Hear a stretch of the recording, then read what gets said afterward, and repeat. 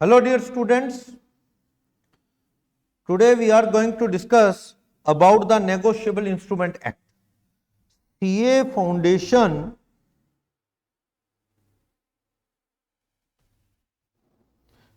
Business Law Revision Class 1. Negotiable instrument act की revision करेंगे, quick revision ICI के notes में से। ऑलरेडी आपके पास नोट्स हैं, कुछ डिटेल स्टडी करना चाहें क्वेश्चंस वगैरह तो आप हमारे नोट्स को फॉलो कर सकते हैं। चलो देखते हैं एक्चुअल में क्या है। हर चीज को बड़ा माइन्यूटली पढ़ो, हर चीज एक एक वर्ड। आईसीआई की बुक में क्या है, एग्जांपल्स कम हैं, लेकिन जो चीजें हैं वो उस लेवल के अंदर ही एग्जाम में रेज होती हैं।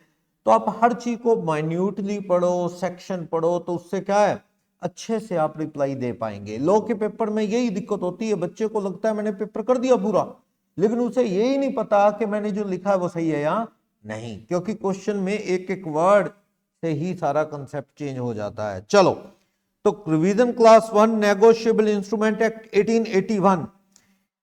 अब देखो इस चैप्टर में क्या पढ़ने जा रहे हैं आप। इस चैप्टर में आप पढ़ेंगे क्या नोट है। नोट मतलब promissory note.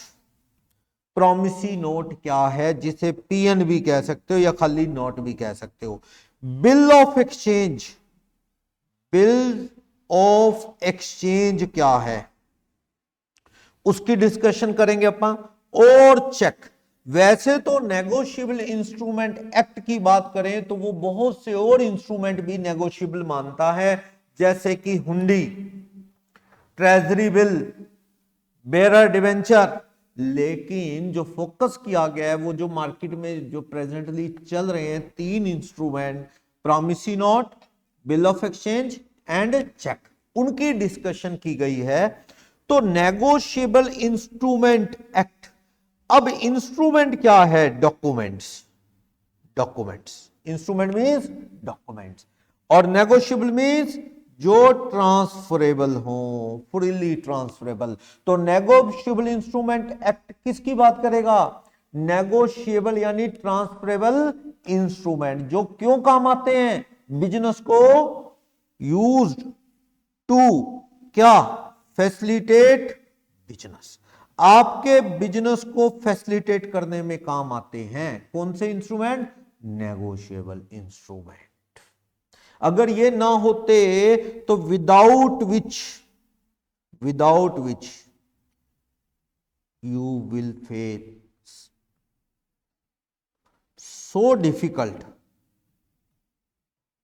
To manage huge payments. भैया ऐसे है, अगर 200 400 500 देने हैं तो ठीक है, कैश चल जाएगा। अगर करोड़ों में देना है तो कैश कैसे मैनेज करोगे, इतनी तो गवर्नमेंट ने एजेंसी भी प्रिंट नहीं कर रखी। तो आपको क्या चाहिए होंगे, ऐसे इंस्ट्रूमेंट जो कैश का यानी करेंसी नोट कह दो या बैंक नोट का ऑल्टरनेटिव हो, ऑल्टरनेटिव टू करेंसी नोट कह लो या बैंक नोट, वरना उठा के करोड़ों कैश देना क्या हो जाएगा, मुश्किल। दैट्स वाई वो क्या लाए, नेगोशिएबल इंस्ट्रूमेंट एक्ट। कौन लाए, ब्रिटिशर, जो ब्रिटिश रूल में बना, उनके अपने कंट्री में नेगोशिएबल इंस्ट्रूमेंट एक्ट, वहीं से ये हमारा इंडिया में नेगोशिएबल इंस्ट्रूमेंट एक्ट 1881 में बनाया गया। 1 मार्च 1881 में ये फॉर्म हुआ, इंडिया के अंदर इंप्लीमेंट हुआ। तो इसमें आपको ये पता लगेगा कि विच इंस्ट्रूमेंट्स आर नेगोशिएबल इंस्ट्रूमेंट, उनकी कैरेक्टरिस्टिक्स, मोड ऑफ नेगोशिएशन। जैसे नेगोशिएशन का मोड क्या है, या तो डिलीवरी या डिलीवरी एंड एंडोर्समेंट। देखो डिलीवरी काफी है, नेगोशिएशन वर्ड मतलब ट्रांसफर करना। नेगोशिएबल इंस्ट्रूमेंट को ट्रांसफर करना है तो दो तरीके हैं, या तो खाली डिलीवरी या क्या, yes, delivery and endorsement. Delivery से कौन सा नेगोशिएट होगा, बेरर वाला। कौन सा इंस्ट्रूमेंट, बेरर इंस्ट्रूमेंट।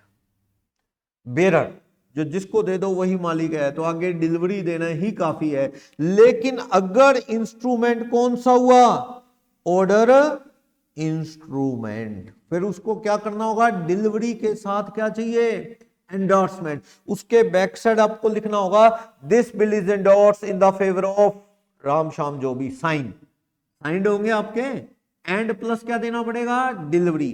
क्या बंदा साइन कर दे बैक साइड लाइन लिख के, डिलीवरी ना दे, तो क्या ये second person other party owner बन जाएगी, नहीं, डिलीवरी भी जरूरी है। और डिलीवरी का इंटेंशन क्या हो, किसी और को उसकी ओनरशिप देना।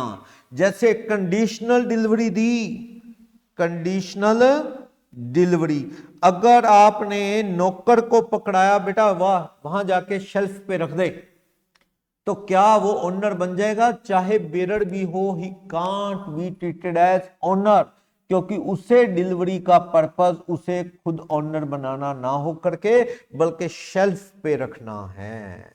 Delivery otherwise then to transfer the ownership of the instrument. Clear. तो डिलीवरी का एम क्या हो, इंटेंशन क्या हो, सामने वाले को ओनर बनाना। एक बंदा देखो चेक साइन कर गया या एंडोर्समेंट कर गया, दिस लिखा, दिस बिल या नॉट जो भी है, is endorsed in favour of Ram, ये साइन है उसके, मान लो सुनील के, सुनील के नाम था, सुनील ने एंडोर्स कर दिया, बैक साइड लिख दिया this bill is endorse in the favour of Ram, के फेवर में लिख दिया। लेकिन बिफोर डिलीवरी टू राम क्या हो गया, सुनील एक्सपायर्ड, सुनील क्या हो गया, एक्सपायर हो गया।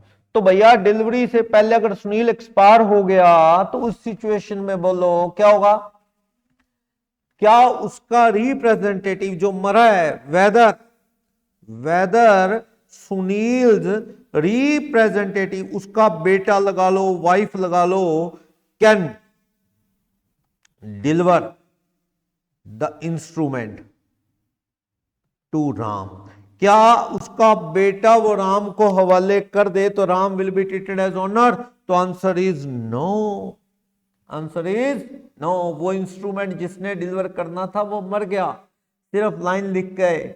अब आपको जी पता कैसे लगेगा वो डिलीवरी दे गया था फिर मरा हो, ये तो प्रूव करने पे कोर्ट में। अगर ये प्रूव हो गया नहीं सर ड्रॉर में पड़ा था इंस्ट्रूमेंट, डिलीवरी से पहले बंदा सुनील मर गया, तो क्या उसके बच्चे, उसकी वाइफ, उसके representative can deliver it to someone else, no, answer is no. तो वो राम कहता है मैं क्या करूं, भैया राम तू अपना एविडेंस है जो तूने पैसे लेने थे सुनील से, कोर्ट के थ्रू मांग, अपने पैसे कोर्ट के through you can ask, court के थ्रू वो पैसे मांग सकता है। किसी को डाउट?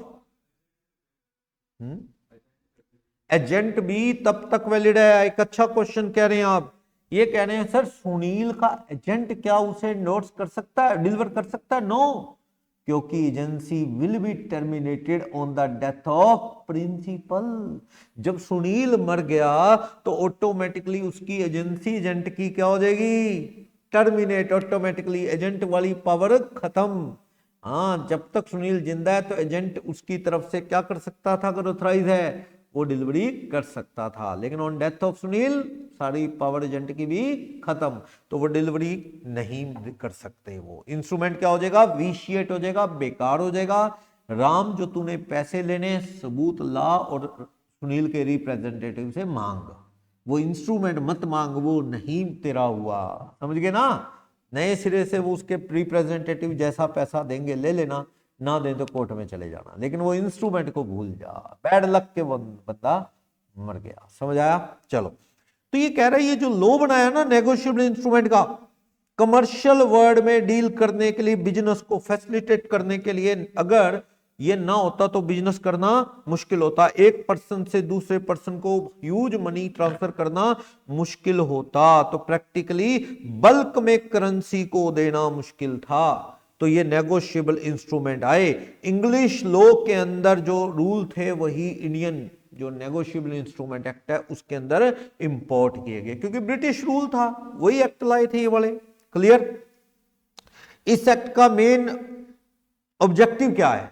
लीगलाइजेशन। इन डॉक्यूमेंट को क्या कर दिया इस एक्ट ने, लीगलाइज कर दिया, ताकि इनका सर्कुलेशन मार्केट में हो, ओनरशिप एक हाथ से दूसरे हाथ जा सके। और ये कितनी बार ट्रांसफर होते हैं नेगोशिएबल इंस्ट्रूमेंट, कोई रोक नहीं, कितनी भी बार ट्रांसफर हो सकते हैं।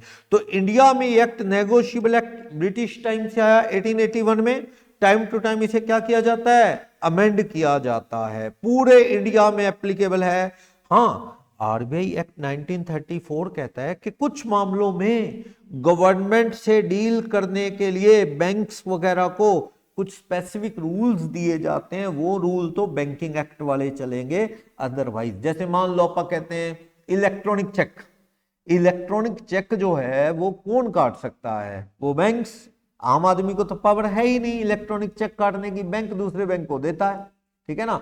तो ऐसी कुछ राइट्स नेगोशिएबल में नहीं जो गवर्नमेंट से डील करने के लिए आरबीआई ने बैंकिंग एक्ट में प्रोविजन डालने हैं, उनको छोड़ दें तो नेगोशिएबल पूरे के रूल कहां लिखे गए हैं, नेगोशिएबल इंस्ट्रूमेंट एक्ट 1881 में।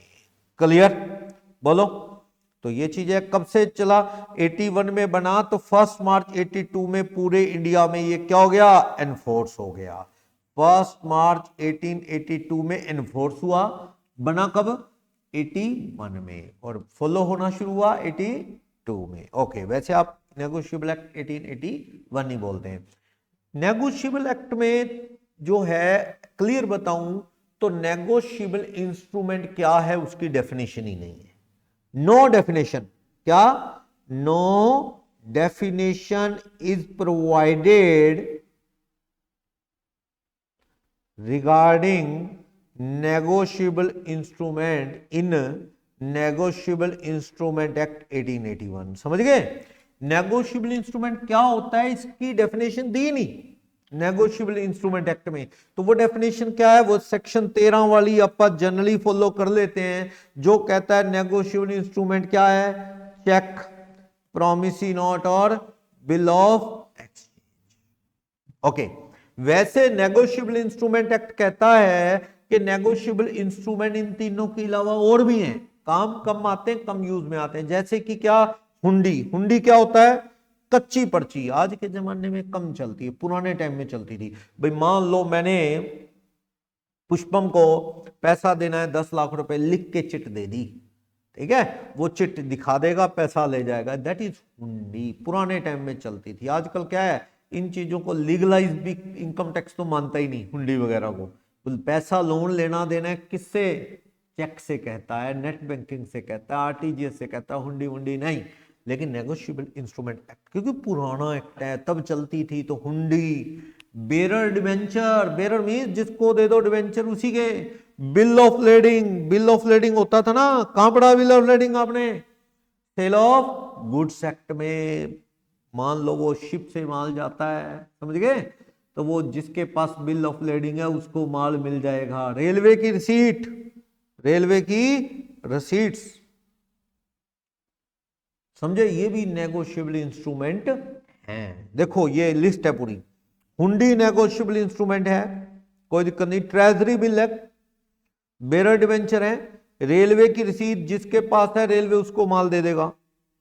डिलीवरी ऑर्डर, जिसके पास है डिलीवरी ऑर्डर, सामान उसका ट्रांसपोर्ट वाले दे देंगे। बिल ऑफ लेडिंग, ये सब भी नेगोशिएबल इंस्ट्रूमेंट हैं। पर डिस्कशन मेनली किसकी की जाती है हमारे सिलेबस के अकॉर्डिंग, और प्रैक्टिकल लाइफ में भी 3, cheque, bill of exchange and promissory note. Recent development, time to time negotiable act को क्या किया गया, जरूरत के अकॉर्डिंग अमेंड किया गया, 2002 में, 15 में, 18 में। तो हम अमेंडेड ही पढ़ते हैं, आज की डेट में अमेंडेड। तो मीनिंग ऑफ नेगोशिएबल इंस्ट्रूमेंट क्या है, मीनिंग तो मैंने समझा ही दिया। Negotiable means transferable, instrument means document. तो वो रिटर्न डॉक्यूमेंट है, और ये डॉक्यूमेंट भी कौन सा हो, रिटर्न। रिटर्न में क्यों कह रहा हूं, ओरल वादा के लो मैं सुमित प्रॉमिस करता हूं पुष्पम मैं तुम्हें पैसे दे दूंगा 10 लाख इतने दिन बाद, you can record it also, then also it can't be treated as negotiable instrument, क्योंकि negotiable instrument क्या होना चाहिए, रिटर्न, ओरल नहीं चलेगा, ठीक है। और दूसरा इंस्ट्रूमेंट, रिटर्न डॉक्यूमेंट, और नेगोशिएबल मींस ट्रांसफरेबल, एक हाथ से दूसरे हाथ जाए। किस लिए? ताकि उसको ओनरशिप ट्रांसफर की जाए। ठीक, ओनरशिप सामने वाले की हो जाएगी बोनाफाइड ट्रांसफरी की। बोनाफाइड मतलब आपको एक वर्ड पता है होल्डर और एक वर्ड पता है होल्डर इन ड्यू कोर्स, दोनों में क्या फर्क है? जो कहता है जी, कहता है instrument, negotiable instrument taken in good faith against valid consideration. जिसको कैसे मिला हो, यूं ही नहीं मिला गिरा हुआ, जिसने वैल्यू के बदले में लिया हो। मुझे मान लो आरजू ने कोई नेगोशिएबल इंस्ट्रूमेंट दिया, मैंने सामान बेचा था आरजू को, उसके बदले में आरजू ने नेगोशिएबल इंस्ट्रूमेंट दिया है, और मुझे नहीं पता कि आरजू के पास कैसे है, आरजू झूठ बोल के लाई है, कैसे लाई है आई डोंट नो। तो मैं क्या हूं? होल्डर इन ड्यू कोर्स, यानी HDD। लेकिन अगर आरजू को रियलिटी पता है, आरजू को पता है कि सामने वाले ने झूठ बोल के लिया है, फिर आपको दे रहा है, आपने कहा चलो पैसे तो आ ही जाएंगे, ले लो, you are just holder. Holder की ओनरशिप उतनी स्ट्रॉन्ग नहीं जितनी कि किसकी है? Holder in due course. Holder in due course के हाथ में आके इंस्ट्रूमेंट क्या हो जाता है? क्लीन्स फ्रॉम ऑल डिफेक्ट, यानी वो पैसे लेके रहता है। नेगोशिएबल इंस्ट्रूमेंट क्या हो जाता है? क्लीन्स्ड फ्रॉम ऑल डिफेक्ट्स। गंगा नाली है, जैसे आप सारे पाप धुल गए, वो नेगोशिएबल इंस्ट्रूमेंट आपके हाथ में आ गया ना, तो समझ लो वो सही है, आप वैलिड ओनर हो। आप जिसको दोगे वो भी क्या होगा? Valid owner. लेकिन जो होल्डर होता है ना, मुझे पता है ये बंदा झूठ बोल के डरा धमका के किसी को इंस्ट्रूमेंट लेके आया है, तो जो पिछले वाले जिसने दिया ओनरशिप उसकी अच्छी नहीं, तो आपकी भी ओनरशिप क्या है? अच्छी नहीं होगी। हो सकता है आपको पैसे ना मिले। क्लियर? बोलो। चलो एक बात देखना, एक एग्जांपल देना। एक सेक्शन आता है इसमें 20, सेक्शन 20 आएगा आगे, इनकॉएट इंस्ट्रूमेंट। क्या इनकॉएट वर्ड का मतलब क्या होता है? इनकंप्लीट। क्या होता है? इनकंप्लीट। चलो, इनकंप्लीट। ये इंस्ट्रूमेंट क्या है? मैंने साइन कर दिए, signed the negotiable instrument, sign करके पर्ची छोड़ दी, भी पैसे तू भर ले। मैंने कहा अपने स्टाफ को, परम ये लो, मैंने वो बिल ऑफ जो प्रॉमिसरी नोट है, मान लो प्रॉमिसरी नोट है, मैंने लिखा Sumit promise to pay rupees 1 lakh 2 lakh जो भी 2A B जो भी है, अमाउंट खाली छोड़ दिया, 1 लाख 2 लाख भराएंगे। परम को कह दिया, परम इस पे ना 1 लाख भर लेना, सामने वाले को दे देना। परम ने उस पे 140 भर लिए। समझ गए मैंने क्या कहा था? उसने क्या भर लिए? 140। जिसको आगे दे रहा हूं उससे भी पता है कि सुमित ने परम को कितने भरने को कहा था, एक को पता है 1 लाख, और इसने परम ने भरे कितने? 140। तो सामने वाला ए क्या होल्डर है या holder in due course? He is just holder. वो ए कौन है? होल्डर। और वो बाय लॉ कितने पैसे ले पाएगा? मैक्सिमम 1 लाख। चेक 140 भर दो, बाय लॉ वो 1 लाख से ज्यादा मांग नहीं पाएगा। लेकिन दिक्कत, सामने वाले को नहीं पता कि परम ने 140 भरे हैं, सुमित ने नहीं कहा। अगला तो वैल्यू दे के 140, उसको रियलिटी का नहीं पता, तो वो क्या, सामने वाला होल्डर इन ड्यू कोर्स। और वो कितने लेके रहेगा सुमित से? 140। मैं चिल्लाऊंगा मैंने लाख का था, वो कहता मेरे को क्या पता तूने 1 लाख का था।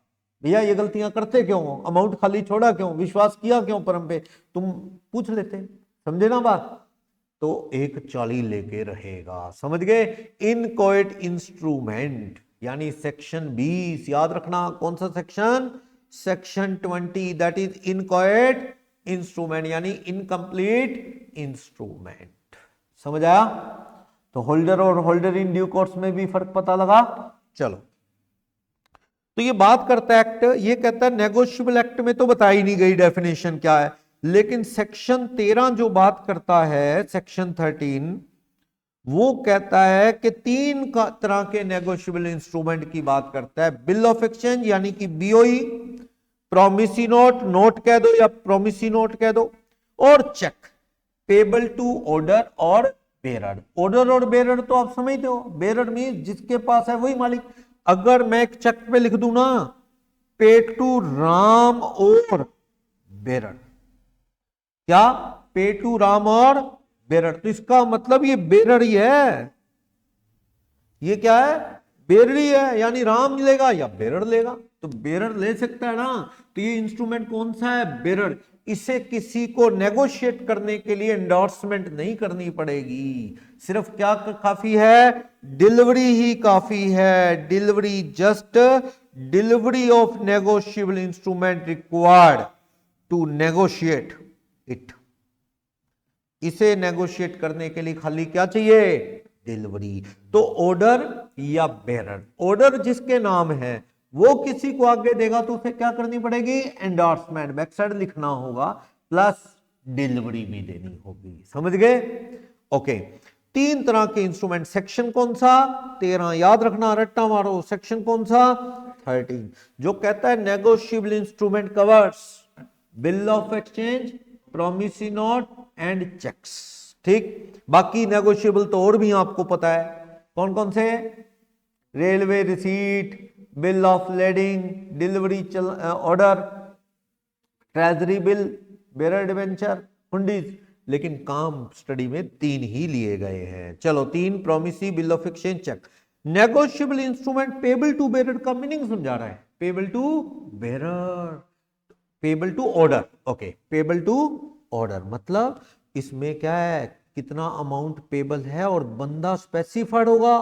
बंदा कौन, स्पेसिफाइड। अगर कोई चेक पे लिख दे या प्रोमिसी नोट पे लिख दे, क्या आई promise to pay ₹1 lakh to Mohandas Karamchand Gandhi of Gujarat Porbandar, तो क्या वो ऑर्डर इंस्ट्रूमेंट है, नहीं, क्योंकि वो स्पेसिफाइड पर्सन दुनिया में है ही नहीं। तो ये समझ लो वो तो लेने आ ही नहीं सकते। एक तरह से ये इंस्ट्रूमेंट क्या है, बेरर ही है, कोई मर्जी ले जाए, जब वो बंदा तो है ही नहीं जिसके नाम आपने इंस्ट्रूमेंट दिया।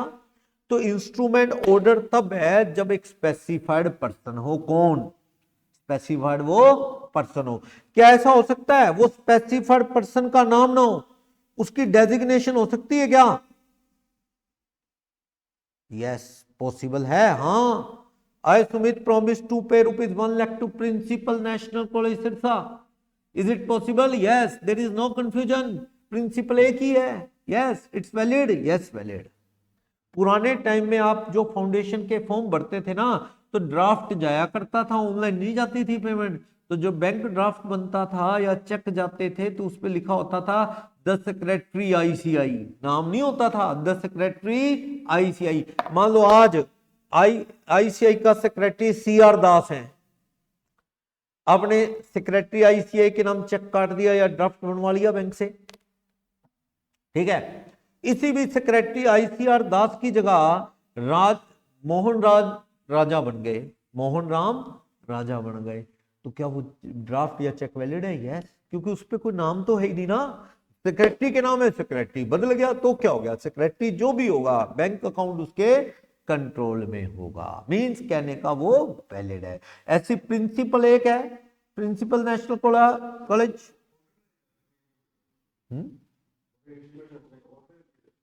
नहीं ऑर्डर इंस्ट्रूमेंट है, चेंज हो गए तो भी वो जाएगा तो सेक्रेटरी के अकाउंट में ना, अकाउंट वही रहेगा, बंदे आते जाते रहते हैं। अब बैंक का एक मैनेजर है वो बदल गया तो भैया मैनेजर जो आ गया वो सारी फॉर्मेलिटी वही चलती रहेंगी, कोई नाम से मतलब थोड़ी है, समझ गए ना। अब मान लो कोई काम है, प्रिंसिपल साहब के साइन होने हैं, एक बार तो हो लिए, दूसरी बार और होने हैं, वो प्रिंसिपल बदल गया दूसरा आ गया, क्या वो पहले वाले भी साइन दोबारा होंगे? नहीं, पोस्ट है वो प्रिंसिपल, ठीक है ना, तो वो साइन दूसरे वाला ही करेगा, बस ये चीज। तो वो भी हो सकता है, बंदे का नाम भी हो सकता है और ऐसे कोई डेजिग्नेशन भी हो सकती है। इसमें ट्रांसफर पे रोक नहीं होनी चाहिए, doesn't contain word prohibiting transfer, कहता है नेगोशिएबल इंस्ट्रूमेंट में आगे ट्रांसफर पे कोई रोक नहीं होनी चाहिए, वो आगे ट्रांसफर होते हैं। याद होगा आपको मैंने बताया था रिस्ट्रिक्टिव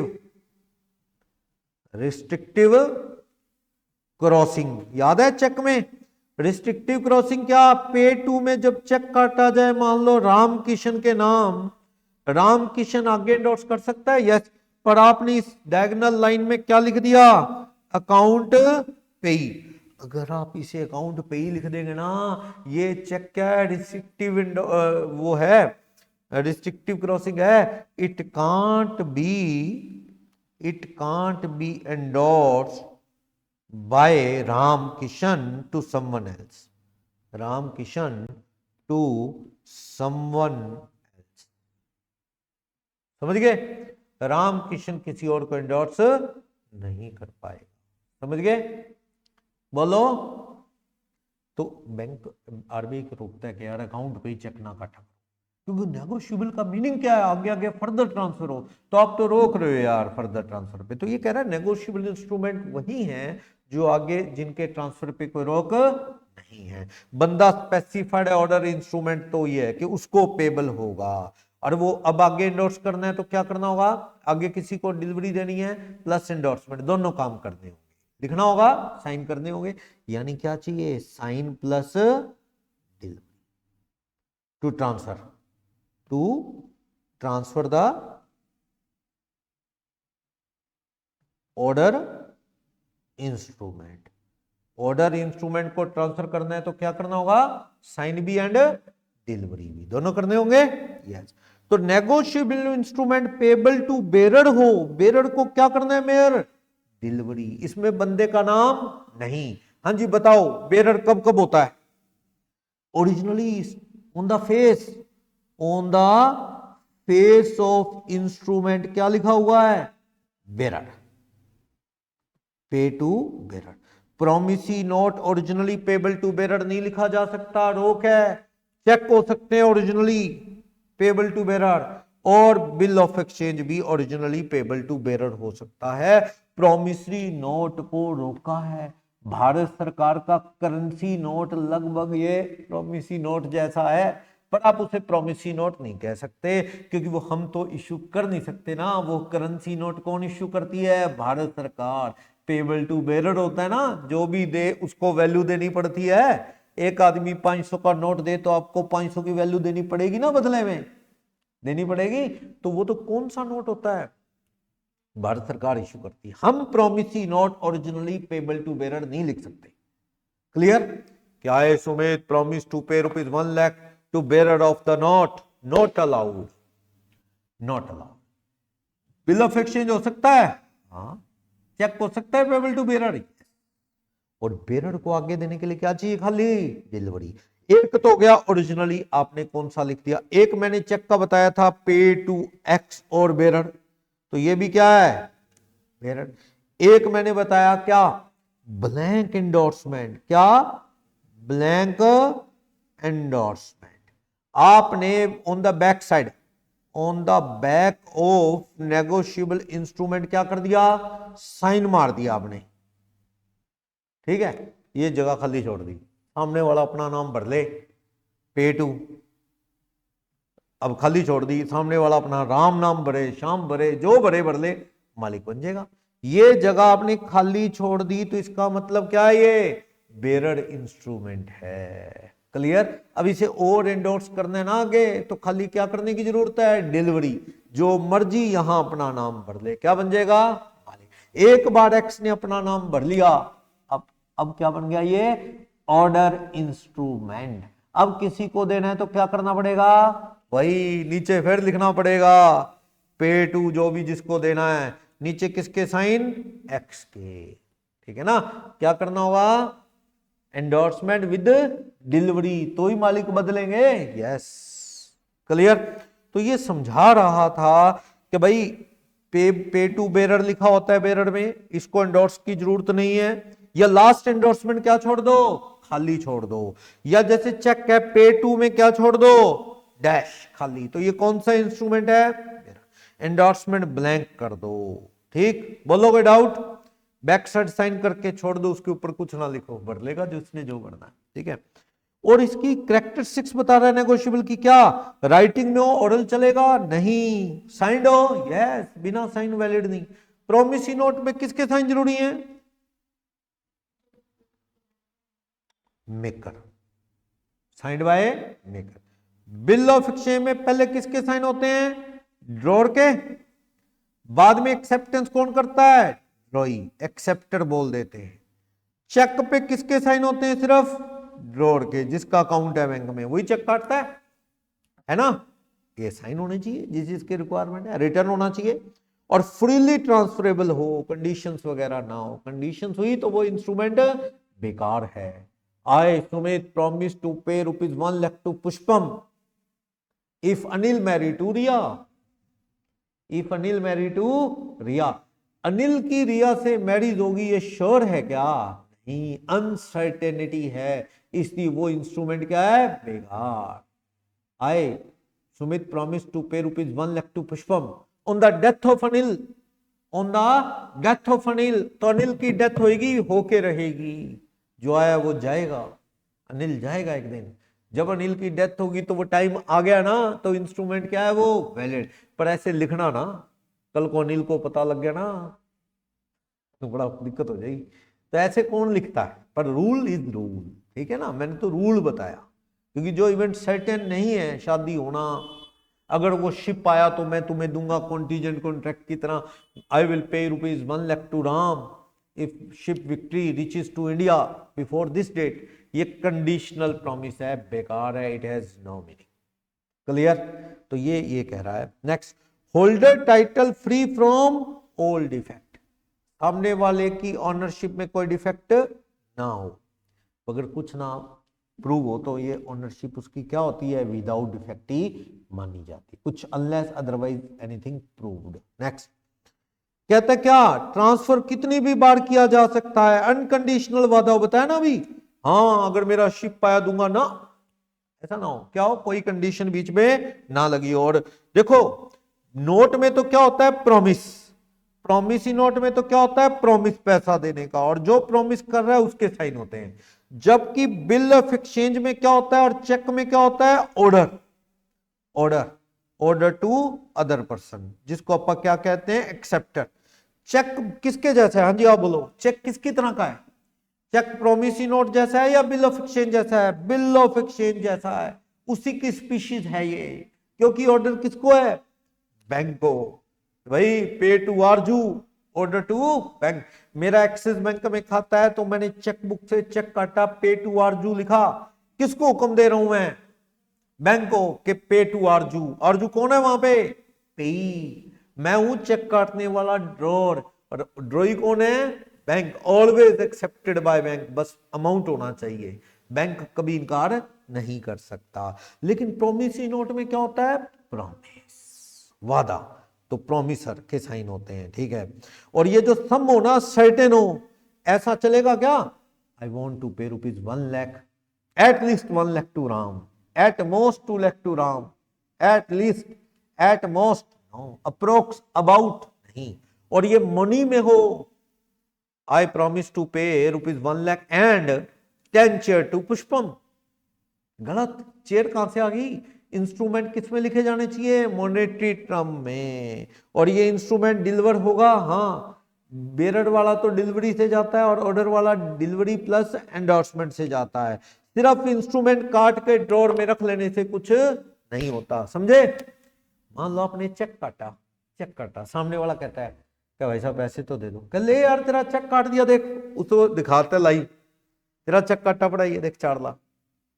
वो कहता भाई साहब चेक दे तो दो। कहता यार चेक काट दिया, दे भी देंगे, दिया है नहीं चेक, रखे बैठे, उसको दिखा दिया चेक। क्या इसका कोई मीनिंग है? नहीं, चेक काटना, ड्रॉ करने से कुछ नहीं होता। सामने वाले को क्या दो? डिलीवरी, तो ही वो ओनर बनेगा, समझे? वही सेठ जी ड्रॉर में रख के मर गए डिलीवरी से पहले, तो वो इंस्ट्रूमेंट का मालिक सामने वाला बन जाएगा, चाहे उसके नाम पे है वो, तो भी नहीं। रिप्रेजेंटेटिव भी डिलीवरी लीगली नहीं कर सकते, समझे? बोलोगे डाउट? कैरेक्टरिस्टिक्स पढ़ ली, रिटर्न हो, साइंड हो, ट्रांसफरेबल हो, ठीक है, फ्री फ्रॉम डिफेक्ट, और कितनी भी बार ट्रांसफर हो सकता है, अनकंडीशनल प्रॉमिस या ऑर्डर, शर्तें ना हो कि शिप आया तो दूंगा, if papa allow it then I will pay you, ऐसी चीजें ना हो। और पेमेंट सर्टेन अमाउंट की हो। क्लियर? कितना अमाउंट, काइंड में ना हो। काइंड में चलेगा ना? नहीं, सामान चेयर वगैरह ना हो।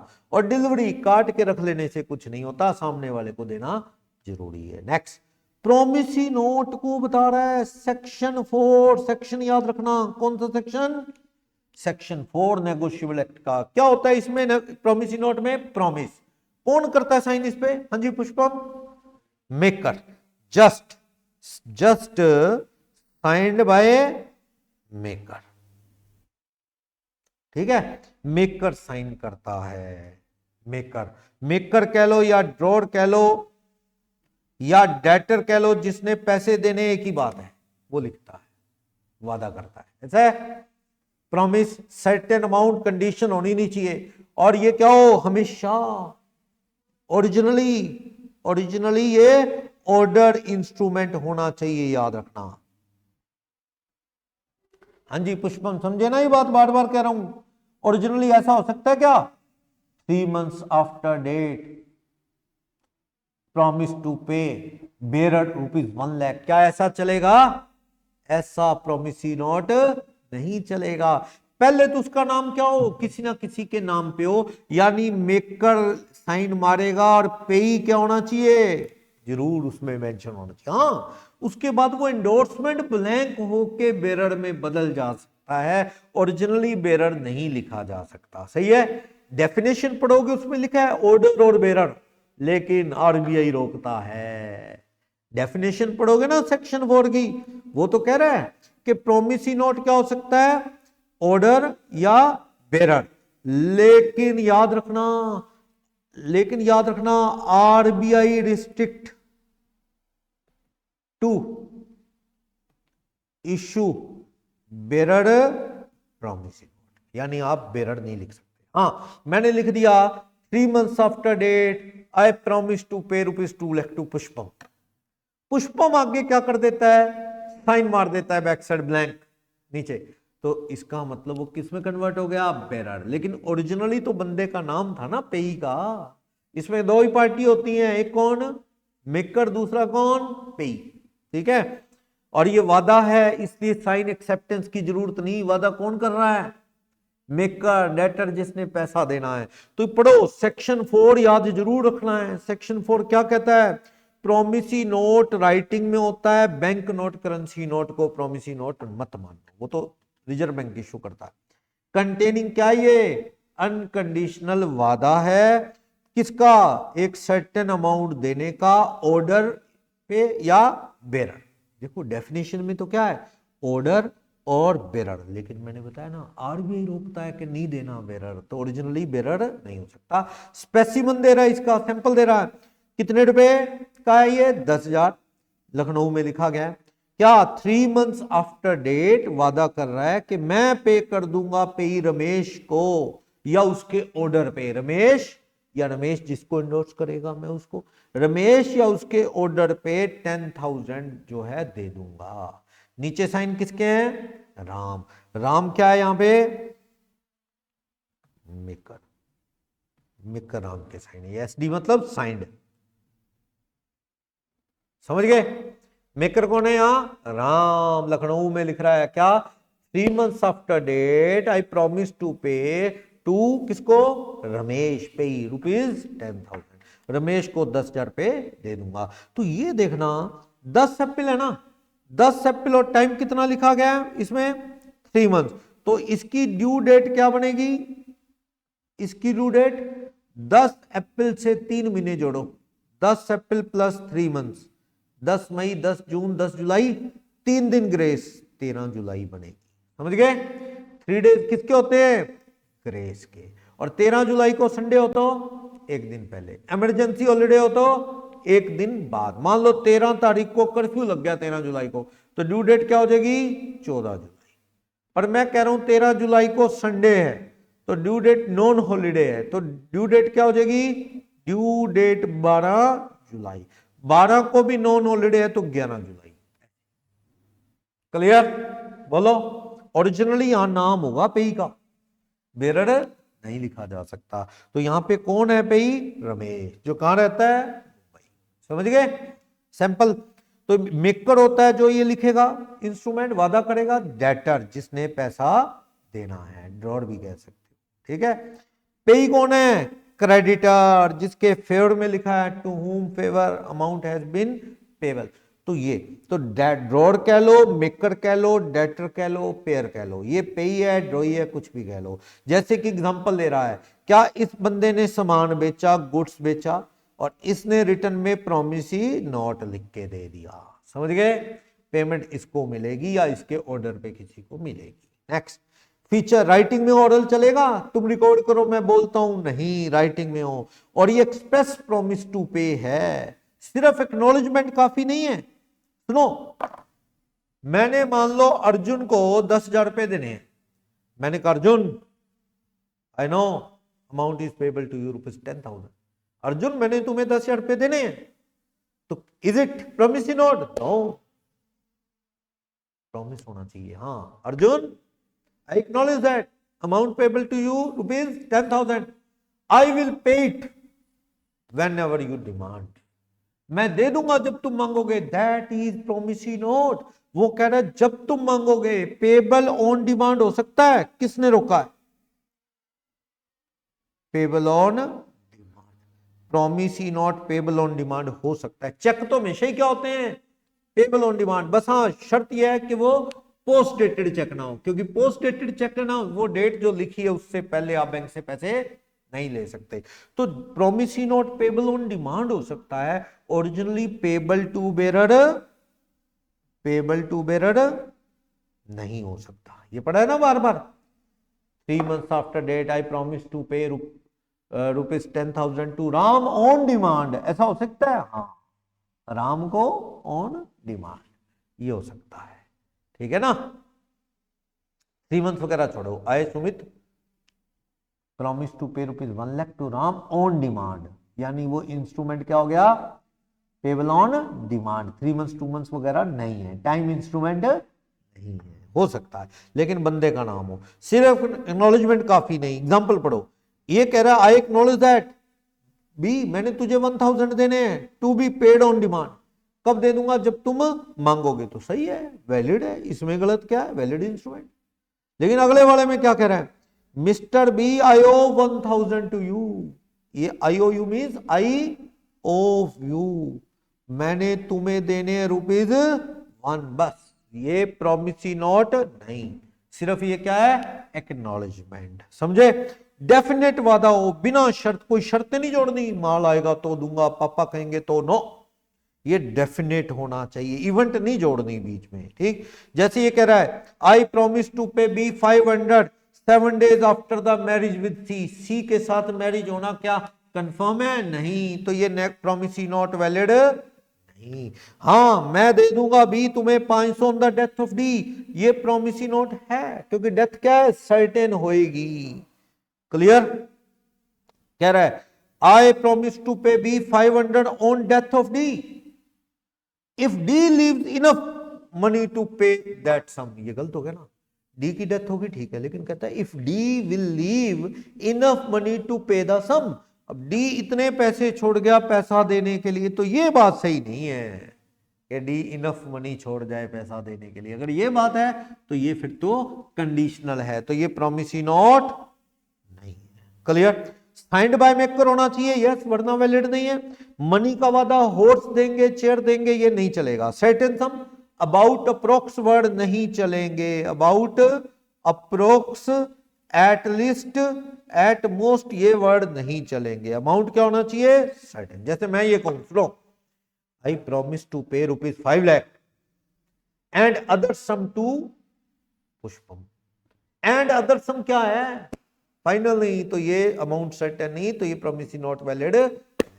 हाँ, अगर मैं कहूं I agree to pay ₹1 lakh after 3 months to Pushpam with 15% interest, तो गिनती हो जाएगी 3 महीने का इंटरेस्ट। अगर ये कहा गया तो इसमें अमाउंट का कंफर्म होना कोई मुश्किल काम नहीं, कि इतने टाइम बाद दूंगा विद इंटरेस्ट, तो इसमें गलत क्या है? ये वैलिड है। नेक्स्ट, मेकर एंड पे क्या होने चाहिए? सर्टेन, बताया ना। वैसे promissory note payable to bearer नहीं हो सकता। ये किसने कहा? ये किसने कहा? Section 31 of Bank of India act. Bank of India act 1934, उसमें रोका गया। आप उसे आरबीआई एक्ट कह दो शॉर्ट में, रिजर्व बैंक ऑफ इंडिया 1934 में रोका गया। Payable to bearer promissory note नहीं हो सकता, ठीक है, बंदे का नाम स्पेसिफाई होना चाहिए। ये देखो, payable to bearer promissory note नहीं हो सकता, आरबीआई रोकता है। हाँ, भारत सरकार या रिजर्व बैंक ऑफ इंडिया, वैसे भारत सरकार अब नोट नहीं छापती, पुराने टाइम में 1 रुपए का जो नोट था ना, वो गवर्नमेंट ऑफ इंडिया प्रिंट किया करती थी, वो नोट बंद हो गया, 1 का 2 का 5 का बंद हो गया। इसी अब सारी करेंसी कौन प्रिंट करने की पावर रखता है? रिजर्व बैंक, वो बेरर करेंसी नोट इशू करते हैं, हम लोग नहीं।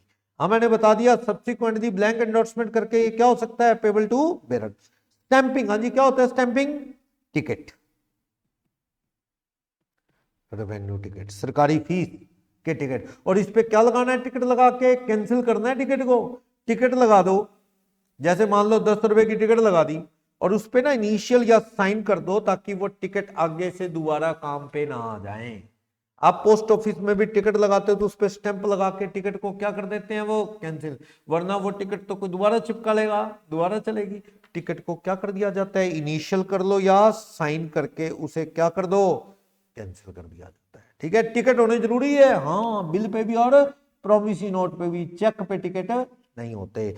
बिल ऑफ एक्सचेंज सेक्शन कौन सा? 5, नेगोशिएबल एक्ट का सेक्शन 5। कौन लिखता है ये बिल? ड्रॉर, जिसने पैसे लेने हैं, डेटर नहीं क्रेडिटर। प्रॉमिसरी नोट तो वही लिखता था जिसने पैसे देने हैं, ये कौन लिखता है? क्रेडिटर, जिसने पैसे लेने हैं। ऑर्डर है, it's the order, it's the order to pay. भैया सामने वाले को हुक्म है कि तू पैसा दे और कर साइन, एक्सेप्टर क्या करेगा? एक्सेप्ट करेगा। जैसे कि ये कह रहा है, राम ने शाम को क्या बेचा? 1 लाख रुपए का गुड्स बेचा, 1 लाख का गुड्स बेचा, लाख रुपए लेने, ये क्या है? क्रेडिटर, और ये कौन है? डेटर। अब ये कौन बिल? बिल ऑफ एक्सचेंज यानी bill is drawn by drawer, जिसको कि आप क्या कह सकते हो? क्रेडिटर। इस क्वेश्चन में कौन होगा? वो राम। किस पे लिखेगा? ऑन ड्रॉई। ड्रॉई कौन है? डेटर, जो कि इस क्वेश्चन में कौन दिख रहा है? श्याम। राम ने माल बेचा है शाम को, कितने का? लाख का।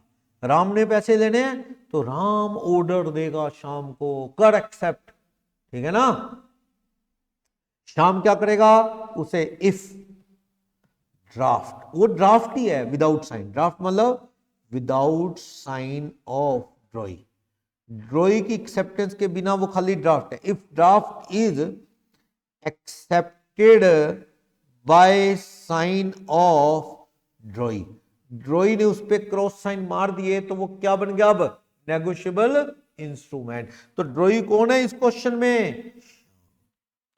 अब इसमें पार्टी दो भी हो सकती है, राम और श्याम, पेबल टू राम हो, और ये भी हो सकता है कौन हो?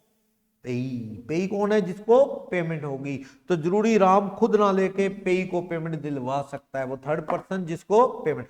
पर ये ड्रॉर कौन है? जिसने पैसे लेने हैं। नेगोशिएबल इंस्ट्रूमेंट एक्ट में बिल ऑफ एक्सचेंज भी काफी काम आते हैं, पढ़ो, राइटिंग में होना चाहिए। अभी अनकंडीशनल हुक्म है, वादा नहीं, ऑर्डर है कि कर तू साइन, एक्सेप्ट कर। किसका? मनी का। पेबल टू बेरर हो सकता है, हाँ, दो काम एक साथ नहीं होने चाहिए। बिल ऑफ एक्सचेंज है ना जो ओरिजिनली पेबल टू बेरर हो सकता है, पेबल टू बेरर हो सकता है, नो रिस्ट्रिक्शन, नो रिस्ट्रिक्शन। लेकिन section 31 of RBI act, Bank of India act कह लो या आरबीआई एक्ट, क्या कहता है कि bill of exchange payable to bearer, यानी एक वर्ड क्या आ गया? बेरर, और दूसरा वर्ड क्या आ गया? On demand. दोनों चीजें एक साथ अलाउड, ऐसा हो सकता है पेबल टू क्या हो? बेरर आफ्टर 2 मंथ्स, ऐसा ये चलेगा? हाँ चलेगा। एक चीज है बेरर है लेकिन टाइम इंस्ट्रूमेंट है, समझ गए, अलाउड है। ऐसा हो सकता है payable to Ram on demand, ये भी हो सकता है ऑर्डर इंस्ट्रूमेंट ऑन डिमांड। दोनों चीजें एक साथ नहीं हो सकती कि payable to Ram on demand चलेगा, payable to bearer on demand not allowed. इसे आरबीआई एक्ट रोकता है। यानी प्रोमिसरी नोट में तो क्या रोका गया है, पेबल टू बेरर ना हो। Bill of exchange payable to bearer होगा लेकिन ऑन डिमांड साथ में ना हो, या तो अकेला ऑन डिमांड हो बंदे का नाम हो, या पेबल टू बेरर है लेकिन टाइम हो, दोनों चीजें एक साथ नहीं। समझ गए? बोलो। तो बता रहा है कि भाई ड्रॉर कौन है, ए किस पे लिख रहा है, ए साइन अपने करेगा, ड्रॉर साइन करेगा ना अपने लिखेगा। फिर ड्रॉई कौन है यहाँ पे, सी, वो एक्सेप्ट करेगा साइन करेगा ना वो। तो ये 10,000 4 months after date pay to be a sum of ₹10,000 for value receive.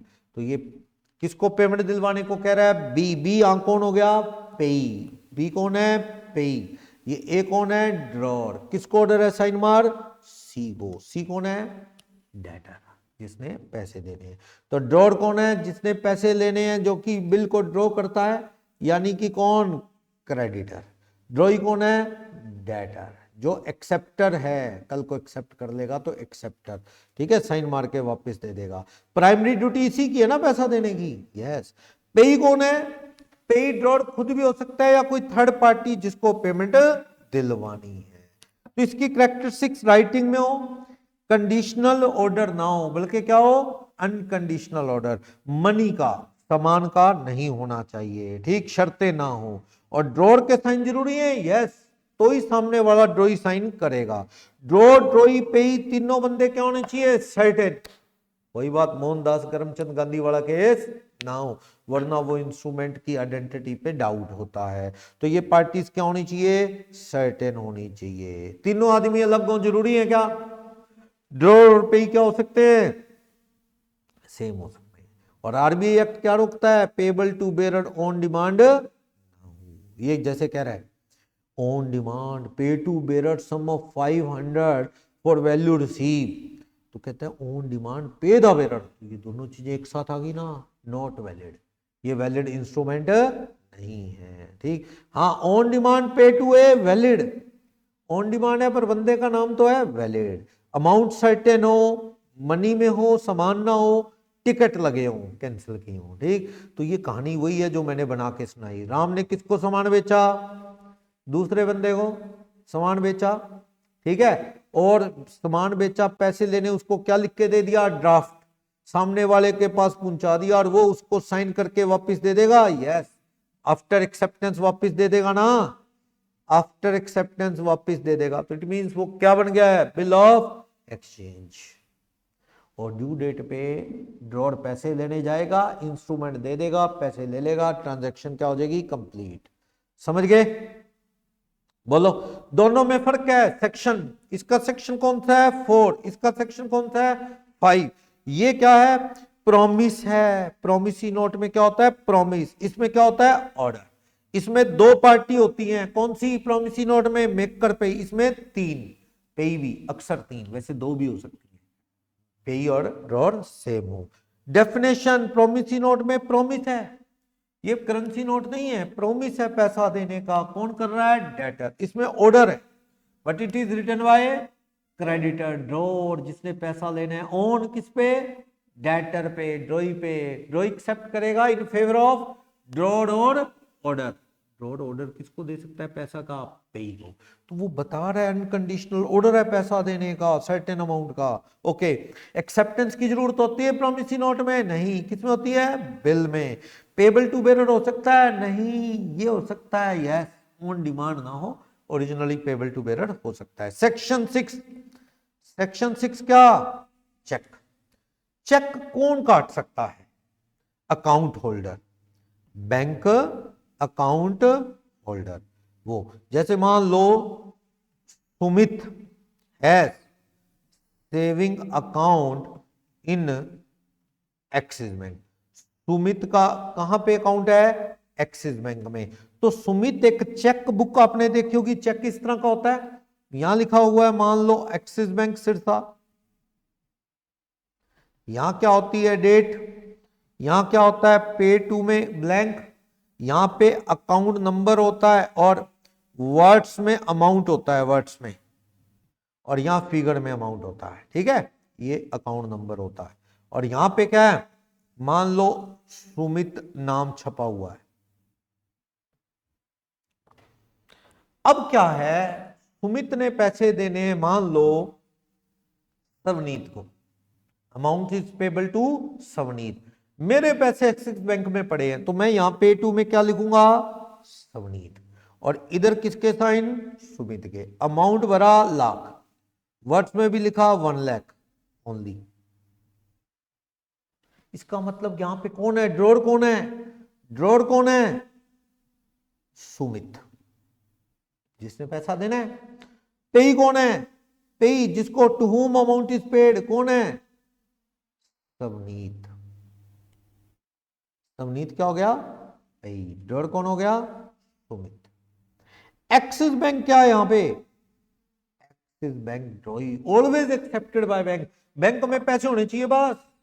मेरे एक्सिस बैंक में पैसे पड़े हैं ना, तो बैंक हर हाल में पैसे सवनीत को देगा, इनकार नहीं कर सकता। Clear. Cheque payable to bearer लिखा जा सकता है सवनीत की जगह, सवनीत और बेरर लिख दूं तो ये क्या हो गया, चेक बेरर ही हो गया। कोई मर्जी इसकी पेमेंट ले सकता है। लेकिन अगर पेबल टू सवनीत है, ये बेरर ही है, और इसके साइड में लाइनें लगा देना, क्रॉसिंग, क्रॉसिंग कर दें तो ये क्या हो जाता है, अकाउंट में जाएगा। ये बेरर नहीं है कि किसी को भी दे दो, ये किसके अकाउंट में जाएंगे, सवनीत। आप उसको सिर्फ लाइनें लगा दो, जनरल क्रॉसिंग। अगर इसमें पीएनबी या कोई बैंक का नाम लिख दो तो सवनीत कौन सा, जिसका पीएनबी में अकाउंट है, स्पेशल क्रॉसिंग। और रिस्ट्रिक्टिव क्रॉसिंग जैसे अकाउंट पे ही ऊपर बताया था, वो आगे एंडोर्स हो ही नहीं सकता। अब सवनीत के पास है, सवनीत इसे एंडोर्स कर सकता है, यस। सवनीत इसके बैक साइड सवनीत के साइन करके पे टू राम कर दे, तो ये पेमेंट किसको होगी, राम को। राम के अकाउंट में जाएगी पीएनबी में। ठीक है, आगे आगे एंडोर्स हो सकता है। क्रॉसिंग से काउंटर पे कैश नहीं होता, कैश ऑन काउंटर पॉसिबल नहीं। अगर क्या होगी है, क्रॉसिंग। अगर क्रॉसिंग नहीं है तो वो बेररी इंस्ट्रूमेंट है, काउंटर पे कैश हो जाए। समझे, बोलो। चेक क्या है, किसकी तरह है, आप समझ गए, बिल की तरह, accepted by, always accepted by bank है। तो बैंक को हुक्म है, ड्रॉर जिसका बैंक में खाता है वो बैंक को ऑर्डर दे देता है कि इतने रुपए पेई को दे दिए जाएं। क्लियर। तो चेक बिल ऑफ एक्सचेंज ही होता है, जो हमेशा किस पे लिखा जाता है, किसी बैंक पे। और पेबल हमेशा क्या होता है, ऑन डिमांड। चेक में नहीं होता पे आफ्टर 2 मंथ्स 3 मंथ्स, नो। हाँ, ये हो सकता है कि आज तारीख चल रही है मार्च, आप उस चेक पे डेट डाल दो, मान लो 7 मई 25, तो वो कौन सा चेक हो जाएगा, पोस्ट डेटेड चेक। ये डेट से पहले बैंक में प्रेजेंट नहीं किया जा सकता, it can't be presented before that. Clear. तो वो अलग बात है, वैसे इसमें टाइम डाला नहीं जाता। ये हमेशा ही क्या होता है, पेबल ऑन डिमांड। तो पेबल ऑन डिमांड का मतलब जब मांगो पैसे ले सकते हो। बैंकर का मतलब बैंक या बैंक जैसा काम करने वाले और लोग। जब भी बैंकर वर्ड देगा ना, बैंकर का वर्ड का मतलब क्या समझ लेना, बैंक और पोस्ट ऑफिस का भी सेविंग अकाउंट होता है, आपको पता है। पोस्ट ऑफिस में भी सेविंग अकाउंट खुलता है, उसमें भी चेकबुक मिल गई तो उससे भी चेक काट पाएंगे, यस। तो बैंकर से मतलब बैंक और बैंकिंग टाइप का काम करने वाले ऑथराइज लोग, जैसे कि पोस्ट ऑफिस वगैरह। तो एक्सप्लेनेशन में कह रहा है कि भाई चेक में इलेक्ट्रॉनिक फॉर्म ऑफ चेक भी आता है। इलेक्ट्रॉनिक चेक क्या बताया, कौन लिख सकता है, इलेक्ट्रॉनिक चेक कौन काट सकता है, कैन बी इश्यूड बाय, कौन इश्यू कर सकता है, बैंकर्स ओनली। एक बैंक दूसरे बैंक को दे सकता है, हम नहीं काट सकते। ठीक, ये कैसे करता है, हाथ से साइन करके नहीं, बल्कि कैसे, ऑनलाइन।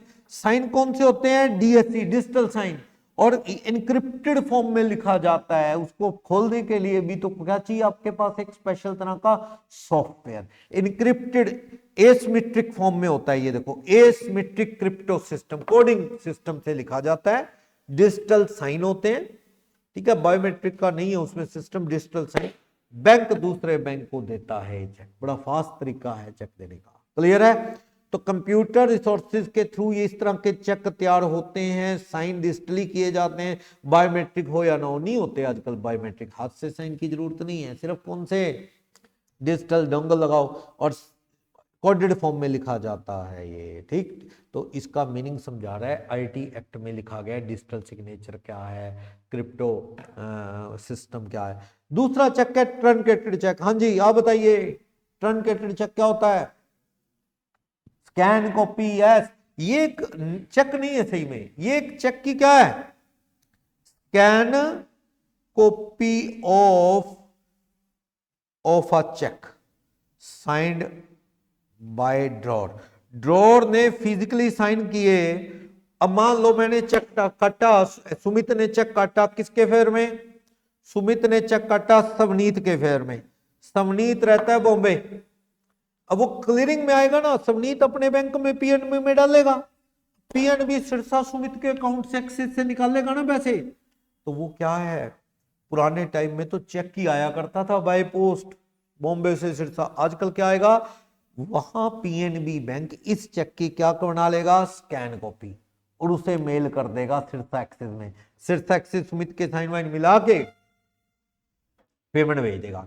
यानी ये कोई चेक नहीं है, ये आम बायोमेट्रिक साइन हुए चेक की क्या है, स्कैन कॉपी, जो क्लियरिंग में काम आती। क्लियरिंग हाउस भी बने हुए हैं जो इस तरह एक बैंक का दूसरे बैंक से खाते क्या करवाते हैं, क्लियर करवाते हैं, क्लियरिंग हाउस। तो वहां पे जाता है ये चेक, स्कैन कॉपी है आम चेक की, रूटीन चेक की। जबकि इलेक्ट्रॉनिक चेक तो एक चेक है अपने आप में जो बैंक काट सकते हैं। समझ आ गया? क्लियरिंग हाउस का मतलब जो मीडिएटर बीच में चेक को क्या करवाते हैं, क्लियर। भाई एक्चुअल में पीएनबी बैंक सीधा एक्सिस बैंक के पास नहीं आता, वो किसी मीडिएटर जैसे स्टेट बैंक का अगर क्लियरिंग हाउस का काम करता है ज्यादातर, या कोई और, उसके थ्रू वो उसको दे देंगे, वो आगे एक्सिस से लेके पैसे पीएनबी को दे देगा, यूं सिस्टम होता है। क्लियर है? समझ गए? सेक्शन 5 और 6 समझ गए? 6 चेक का, 5 किसका? Bill of exchange. चेक कैसे है, सैंपल आपको बता रहा है, मैंने बता ही दिया आपको। चेक में कौन होता है, ड्रॉर, जिसका बैंक में अकाउंट है। ड्रॉई कौन है, bank, always accepted by bank. ड्रॉई in case of need क्या है, कौन बताएगा? हाँ जी आप बताइए, ड्रॉई in case of need, in case of bill, bill का मतलब बिल ऑफ एक्सचेंज। एक और के साइन कर दिए गए कि कल को ये फेल हो गया ना, तो आप ड्रॉई पे ना एक्शन लेना, मुझ पे ले लेना। फॉर एग्जांपल सुनो, सुना है केस, मैंने एक बिल लिखा मान लो सुखमन पे, ऑर्डर दिया सुखमन को, एक्सेप्टेड, ऑर्डर दिया सुखमन को कि भाई सुखमन यू हैव टू पे ₹1,00,000 3 months after date. Sukhman sign मार देता है, आई एम ऑनर, मैं ड्रॉर हूं उसका और पे भी। मैंने क्या कर दिया आगे, सुमित ने किसको दे दिया आगे, मान लो एक्स को, एक्स ने किसको दे दिया वाई। अब अगर ये बाउंस हो जाए कल को, सुखमन ना दे तो एक्शन होगा ना सुखमन में। वैसे एक्शन मुझ पे भी हो सकता है, हर पिछली पार्टी पे, लेकिन प्राइमरी लायबिलिटी किसकी है, सुखमन की, whoever एक्सेप्टेड। लेकिन ना सुखमन पे केस किया अगर वाई ने, तो सुखमन परेशान हो जाएगा, डरता है वो। पुष्पम दोस्त है सुखमन का, पुष्पम कहता है मेरे से लिखवा लो, अगर कल को ये बिल बाउंस हुआ तो प्राइमरी पार्टी जो है कौन, ड्रॉई, सुखमन पे केस ना करना, मुझ पे कर लेना, मैं भरूंगा पैसे। किसी को क्या तकलीफ है, एक से बड़े दो, सुखमन तो फिर भी एड नहीं मिलेगा, तो पुष्पन लिख रहा है, साइन कर रहा है, करवा लो। कल को अगर पैसे ना मिले, बाउंस हुआ बिल, तो पुष्पम से मांगने का राइट भी आ जाएगा। तो पुष्पम कौन है, ये draw in case of need. समझ गए? Draw in case of need क्या है, ड्रॉई की स्पॉट में आया है कि मेरा कमजोर दोस्त है, कल को ये घबरा जाएगा, इस पे केस हुआ तो मुझ पे कर लेना। समझ गए? बोलो कोई doubt? Draw in case of need. पे क्या है, जिसका नाम है, एंडोर्सी है, ठीक है। अगर बेरर है तो कोई भी पे है जो मर्जी, लेकिन जिसमें ऑर्डर इंस्ट्रूमेंट है, नाम है, तो लास्ट एंडोर्सी ही पे है, ठीक। तो चेक में ड्रॉर क्या है, जिसका अकाउंट है। ड्रॉई कौन है हमेशा चेक में, ड्रॉई कौन है, बैंकर। और पे खुद ड्रॉर भी हो सकता है, खुद भी ले सकता है, हाँ खुद भी ले लो, सेल्फ चेक काटो। पे टू में क्या लिख दो, सेल्फ, काउंटर पे जाके पैसे ले लो, किसी का नाम डालने की जरूरत ही नहीं, समझे ना। तो आप खुद लो या पे किसी और को पेमेंट हो सकती है। तो क्या कहता है इसेंशियल कैरेक्टरिस्टिक क्या है, चेक, चेक भी एक बिल ऑफ एक्सचेंज है क्योंकि फीचर वही है ना, drawee pay. All cheques are bill of exchange but all bills are not a cheque, क्योंकि बिल पे क्या लगे होते हैं, टिकट, चेक पे टिकट नहीं होते। बिल टाइम भी हो सकता है 2 महीने 3 महीने, चेक में टाइम नहीं होता। तो चेक तो क्या एक डिमांड इंस्ट्रूमेंट है, एक बिल ऑफ एक्सचेंज है जो payable to bearer on demand. जबकि बिल नहीं लिखा जा सकता था payable to bearer on demand एक साथ, लेकिन चेक कैसे लिखे जा सकते हैं। तो बैंक पे लिखा जाता है, किसी बंदे पे नहीं, और पेबल ऑन डिमांड होता है। तो all cheques are bill of exchange but all bill of exchange are not cheque. Cheque तो बिल ऑफ एक्सचेंज है ही है, समझ गए। Classification of negotiable instrument, section याद रखना 13। अभी 13 किस चीज का बताया था मैंने, वो कि सेक्शन 13 कहता है नेगोशिएबल इंस्ट्रूमेंट में क्या आता है, bill of exchange, promissory note and cheque आते हैं। पढ़ा नहीं ये, बोलो। तू कह रहा है सेक्शन 13 में बेरर इंस्ट्रूमेंट क्या बात होगी, हाँ जी ऑर्डर की बात होगी। बेरर ब्लैंक छोड़ दो या पे टू बेरर लिख दो। ओरिजिनली प्रोमिसरी नोट लिखा ही नहीं जा सकता था, पेबल टू बेरर, लेकिन ब्लैंक एंडोर्समेंट करके वो बेरर हो सकता है। चेक और बिल ऑफ एक्सचेंज तो पेबल टू बेरर लिखे जा सकते हैं और ब्लैंक एंडोर्समेंट करके भी वो बेरर हो सकते हैं। ऑर्डर में नाम है और इसे एंडोर्स करना है तो क्या करना पड़ेगा, साइन यानी एंडोर्समेंट प्लस डिलीवरी दोनों। तो बेरर इंस्ट्रूमेंट, पेई का नाम ब्लैंक है या फिर क्या और बेरर है, राम और बेरर, या लास्ट एंडोर्समेंट में साइन मार के छोड़ दिए खाली, ठीक, ये डिलीवरी से ही आगे चला जाएगा। जबकि ऑर्डर में बंदे का नाम है, बंदे का नाम है पेबल टू राम और Ram as per Ram order, Ram या राम के ऑर्डर के अकॉर्डिंग दे दो, ठीक। पेबल ऑर्डर होता है, लास्ट एंडोर्समेंट फुल है, ब्लैंक नहीं है, वो तो बेरर हो जाएगा ब्लैंक हुई तो। और इसके लिए क्या करना होगा, एंडोर्समेंट एंड डिलीवरी, दोनों चीजों की जरूरत है, एंडोर्समेंट की भी और डिलीवरी की भी। सेक्शन 11-12 क्या कहता है, सेक्शन 13 याद रखना, कौन कौन से बिल ऑफ एक्सचेंज है, बेरर और ऑर्डर। वो सेक्शन 11-12 बताता है इनलैंड इंस्ट्रूमेंट वर्सेस फॉरेन। अब बच्चे ना एक एक वर्ड ध्यान से नहीं पढ़ते, एक एक वर्ड का कमाल है, अगर एक एक वर्ड ध्यान से पढ़े तो इसमें फर्क कर पाएंगे, वरना नहीं। इनलैंड इंस्ट्रूमेंट कौन सा है, पहले देखो, इन लैंड इंस्ट्रूमेंट, पहली वेरी मस्ट कंडीशन क्या, इंस्ट्रूमेंट ड्रॉन और मेड इन इंडिया। सबसे जरूरी शर्त है, कहां लिखा गया हो, कहां बनाया गया हो, India, plus drawn on a person resident in India, जो बंदा है वो इंडिया का, और पेबल इन इंडिया। दोनों में से मैंने और कर दिया, ध्यान से देखना, एक चीज काफी है, लिखा कहां गया हो, मेन चीज, ये चीज क्या मेन, क्या इंडिया में बनाया गया हो। मैंने चेक काटा इंडिया में, मैंने वादा लिखा, आई Sumit promise to pay ₹1 lakh, कहां, इंडिया बैठा हुआ है, मैंने इंडिया में लिखा, own Ram of China but payable eight UP. एक चीज इंडिया में काफी है, दोनों जरूरी नहीं है, पेबल कहां हो, इंडिया, या फिर पेबल हो शंघाई, लेकिन लिखा किस पे है, इंडिया के बंदे पे, राम ऑफ मुंबई। समझ गए, मैं सुमित लिख रहा हूं, promissory note, I Sumit promise to pay ₹10 lakh to Ram of Mumbai which is payable at Shanghai China. कहां तैयार किया गया ये इंस्ट्रूमेंट, कहां लिखा गया, इंडिया, पेबल कहां है, चाइना, लेकिन किस पे लिखा गया, इंडिया के बंदे पे। दोनों में से एक शर्त काफी है, anyone is to be satisfied, एक शर्त ही काफी है, दोनों हो तो और भी अच्छा, ना हो तो एक, पर ये मस्ट बी रिक्वायर्ड, लिखा कहां गया हो, इंडिया, लिखने वाला कहां है, इंडिया में लिख रहा हो, समझे बात, बोलो कोई डाउट। और अगर ये लिखा ही इंडिया के बाहर गया, लिखने वाला यूएस का यू है तो भैया ये पेबल इंडिया में हो, बंदा इंडिया का हो, तब भी ये क्या रहेगा, फॉरेन इंस्ट्रूमेंट। लिखा इंडिया में गया, पेबल चाइना में, किसको, मिस्टर की ऑफ शंघाई, की ची जो भी है, शंघाई के आदमी को देना, और देना भी कहां है, चाइना। ये लिखा इंडिया में गया, लेकिन पेबल भी इंडिया के बाहर और बंदा भी इंडिया के बाहर, जिसको पेमेंट होनी है, तो भी क्या है, ये फॉरेन। क्योंकि इंडिया में रिटर्न हो, ड्रॉ हो, और पेबल हो इंडिया में, या पर्सन इंडिया का हो, दोनों ही काम इंडिया में हो, तो भी इनलैंड ही है। बस इतनी चीज समझ गए सेक्शन 11-12 की, तो फर्क कर लोगे, वरना बच्चे इसमें बहुत गलतियां करते रहते हैं, क्योंकि वर्ड ध्यान से नहीं पढ़ते। क्या, प्रोमिसी नोट, बिल या चेक, मेन चीज क्या है, ये ड्रोन इन इंडिया, ड्रोन और मेड इन इंडिया।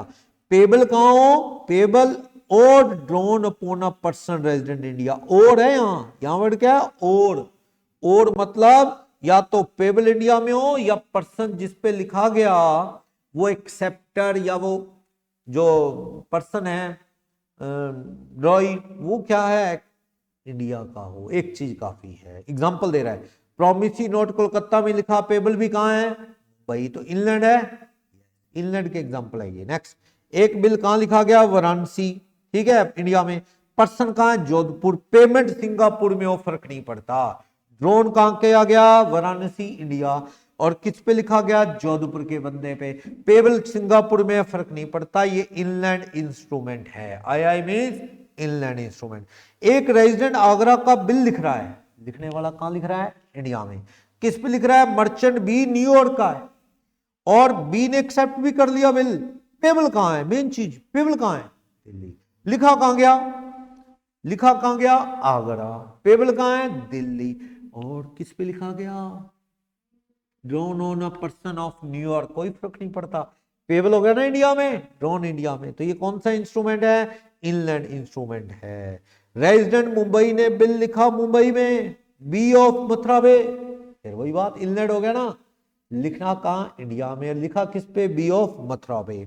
बी ने इसे एक्सेप्ट कर दिया। पेबल कहां है, लंदन, फर्क नहीं पड़ता। ये भी कौन सा इंस्ट्रूमेंट है, इनलैंड। क्लियर, इससे फर्क नहीं पड़ता, कह रहे मटेरियल पेमेंट कहां होगी, बाद में ये कहां एंडोर्स हो जाए, उससे भी नहीं फर्क पड़ता। ये अच्छा पॉइंट है। इन फ्यूचर क्या हुआ, ए ने बिल लिखा किस पे, मथुरा के बी पे, पेबल कहां पे है, ये लंदन।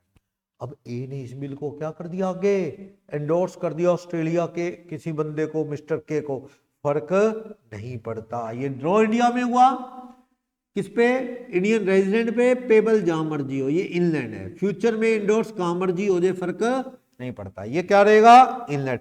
मेन चीज क्या है, इनलैंड इंस्ट्रूमेंट में मेन चीज क्या है, देखो एक बिल ऑफ एक्सचेंज कह रहा है, एंडोर्स बाद में फ्रांस हो गया, फर्क नहीं पड़ता। ये देखो मेन चीज है, ड्रॉ कहां पे हो, इंडिया, मस्ट बी रिक्वायर्ड। इन दोनों में से क्या हो जाए, इंडिया के बंदे पे लिखा जाए, या पेबल इन इंडिया हो, चीज हो जाए इंडिया में, एनीवन, इन दोनों में से anyone is to be satisfied, तो ये क्या है, इनलैंड। और अगर ये लिखा ही फॉरेन इंस्ट्रूमेंट क्या है, सेक्शन 11-12 कहता है, सेक्शन 11-12 जो इनलैंड नहीं, वो क्या है, फॉरेन। मेन चीज, ये ड्रोन इंडिया के बाहर हुआ, प्रोमिसी नोट, चेक या ये बिल ऑफ एक्सचेंज क्या हुआ, इंडिया के बाहर लिखा, और कुछ पढ़ने की जरूरत नहीं। दोनों काम इंडिया में हो जाए, तब भी क्या रहेगा, फॉरेन। पेबल इन इंडिया हो, और drone on a person resident of India हो, तब भी क्या रहेगा, ये फॉरेन। मेन चीज लिखा कहां गया, इंडिया के, इंडिया के अंदर लिखा गया, पेबल भी फॉरेन में, और on person resident outside India, दोनों बट शर्तें बाहर, तो भी क्या हो जाएगा, ये फॉरेन बिल। समझ गए, फॉरेन बिल में लाइबिलिटी क्या है, फॉरेन लॉ के अकॉर्डिंग है। सुनो, मैं इंडिया, मान लो एक एग्जांपल लेता हूं, यूएसए के एक्स ने ड्रॉ बिल लिखा ऑस्ट्रेलिया के ए पे, ये कौन है, ड्रॉई। इसने बिल भेजा ड्राफ्ट, इसने क्या कर दिया, accepted and delivered, accepted and delivered. ये बिल किसके पास आ गया, यूएसए के एक्स के पास। कौन सा बिल है, ड्रोन आउटसाइड इंडिया है ना, ये कौन सा बिल है, ये फॉरेन बिल है, फॉरेन बिल है। इसने किसको एंडोर्स कर दिया? एंडोर्स टू, मान लो टी, टी कहां का है? दिल्ली का। तो ये बिल का एंडोर्सी कौन है? दिल्ली का टी। उसके फेर में ये बिल क्या हो गया? एंडोर्स। क्या ये इनलैंड बन गया? नहीं, ये क्या है? फॉरेन बिल था और फॉरेन बिल ही रहेगा। सही है। अब सुनो, अगर ये बाउंस हो जाए, अगर ये बाउंस हो जाए, ये दिल्ली का टी एक्शन लेगा, एक्शन लेगा ऑस्ट्रेलिया के ड्रॉई पे, तो वहां पे इंटरेस्ट की रेट मान लो 12 है, तो कितना इंटरेस्ट देना पड़ेगा उसे? 12। अगर ये एक्शन ले रहा है यूएस के एक्स, कहता है मुझे तो तूने दिया था भाई, तू निपट अपने ऑस्ट्रेलिया वाले थे, मैं तो तुझ पे एक्शन लूंगा, तो वहां पे इंटरेस्ट की रेट मान लो 15 चल रही है, तो आप कितना ब्याज मांगोगे लेट होने का यूएस के एक्स से? 15। यानी जिस कंट्री के आप हो उस कंट्री के रूल लगा दिए जाएंगे, इंटरेस्ट वगैरह पेनल्टी के रूल उस कंट्री के लगेंगे। फॉरेन इंस्ट्रूमेंट में ये है, रंग बिरंगे देशों के लोग हैं, एक से रूल नहीं है, तो जिस कंट्री का बंदा है वो उस कंट्री के रूल लग जाएंगे। समझ गए बात? बोलो। ये सेक्शन 134 लिखा है, देखो सेक्शन 134। भाई आप देख लो, एक्सेप्टर और एंडोर्सर पे जो रूल लगने हैं उनके अपने देश के। यहां पे एंडोर्सर कौन है? यूएस का एक्स, डोरी ने क्या कर दिया? एंडोर्स। और इधर एक्सेप्टर कौन है? डोरी कौन है? ए ऑस्ट्रेलिया का। इस पे एक्शन होगा तो ऑस्ट्रेलिया वाले रूल, इस पे एक्शन होगा तो यूएस वाले रूल। समझ गए? कौन सा सेक्शन कहता है रूल उस कंट्री के लगेंगे? 134। थोड़े से सेक्शन है, रट्टा मार लो, कोई ज्यादा तो है नहीं। 11-12 क्या बताता है? इनलैंड और फॉरेन इंस्ट्रूमेंट। 13 बता रहा था कि नेगोशिएबल में क्या आता है? Promissory note, bill of exchange और चेक। और वो 13 ये भी बताता है ऑर्डर या बेरर। आरबी एक्ट क्या कहता है? Promissory note originally payable to bearer नहीं हो सकता। कौन सा सेक्शन? 31 आरबी एक्ट का। और वो एक बात और कहता है कि bill of exchange payable to bearer on demand एक साथ नहीं हो सकता, सेक्शन 31 कहता है। क्लियर? सेक्शन 20 क्या था? इनकोएट इंस्ट्रूमेंट, ब्लैंक या इनकम्प्लीट कह लो, सामने वाले ने पेमेंट फालतू भर ली। अब जिसने पैसे लेने, अगर उससे सारी बातें पता थी तो वो जस्ट होल्डर है, वो जितने गए थे लिखने को उससे ज्यादा नहीं ले सकता।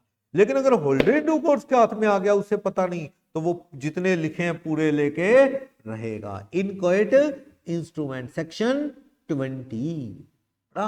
ठीक है, तो बता रहा है, कहानी सुना रहा है बंदे का। मैंने आपको केस बता दिया। इनलैंड क्या इंडिया में लिखा और पेबल इंडिया में, या पर्सन रेजिडेंट इन इंडिया हो। फॉरेन क्या इंडिया में ड्रॉ हो, इंडिया में लिखा जाए, पर payable made payable in India, उससे फर्क नहीं पड़ता। फॉरेन इंस्ट्रूमेंट जब ये तीनों शर्तें पूरी होगी वो तो इनलैंड हो जाएगा, इनलैंड ही हो जाएगा। पेबल भी इंडिया में, ड्रोन भी इंडिया में, पर्सन भी इंडिया।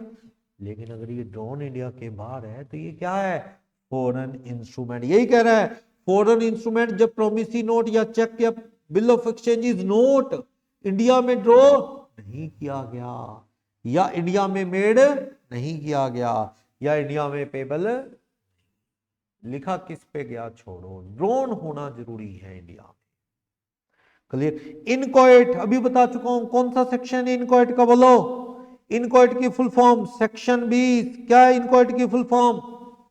इनकम्प्लीट। मैंने आपको एक प्रोमिसरी नोट पकड़ा दिया, पुष्पम, ये लो प्रोमिसरी नोट, साइन कर दिए सुमित के, उसमें लिख दिया प्रोमिसरी नोट में, after 3 months I Sumit promise to pay rupees dash to Ram.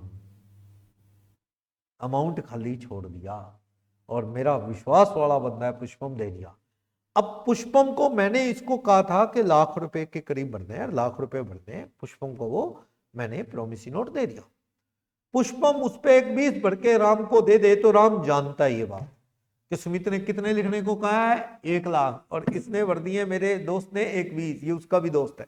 तो क्या राम यहाँ पे होल्डर है? क्या holder in due course? Holder. कितने ले पाएगा? जितने कहे हैं पुष्पम को लाख, उतने।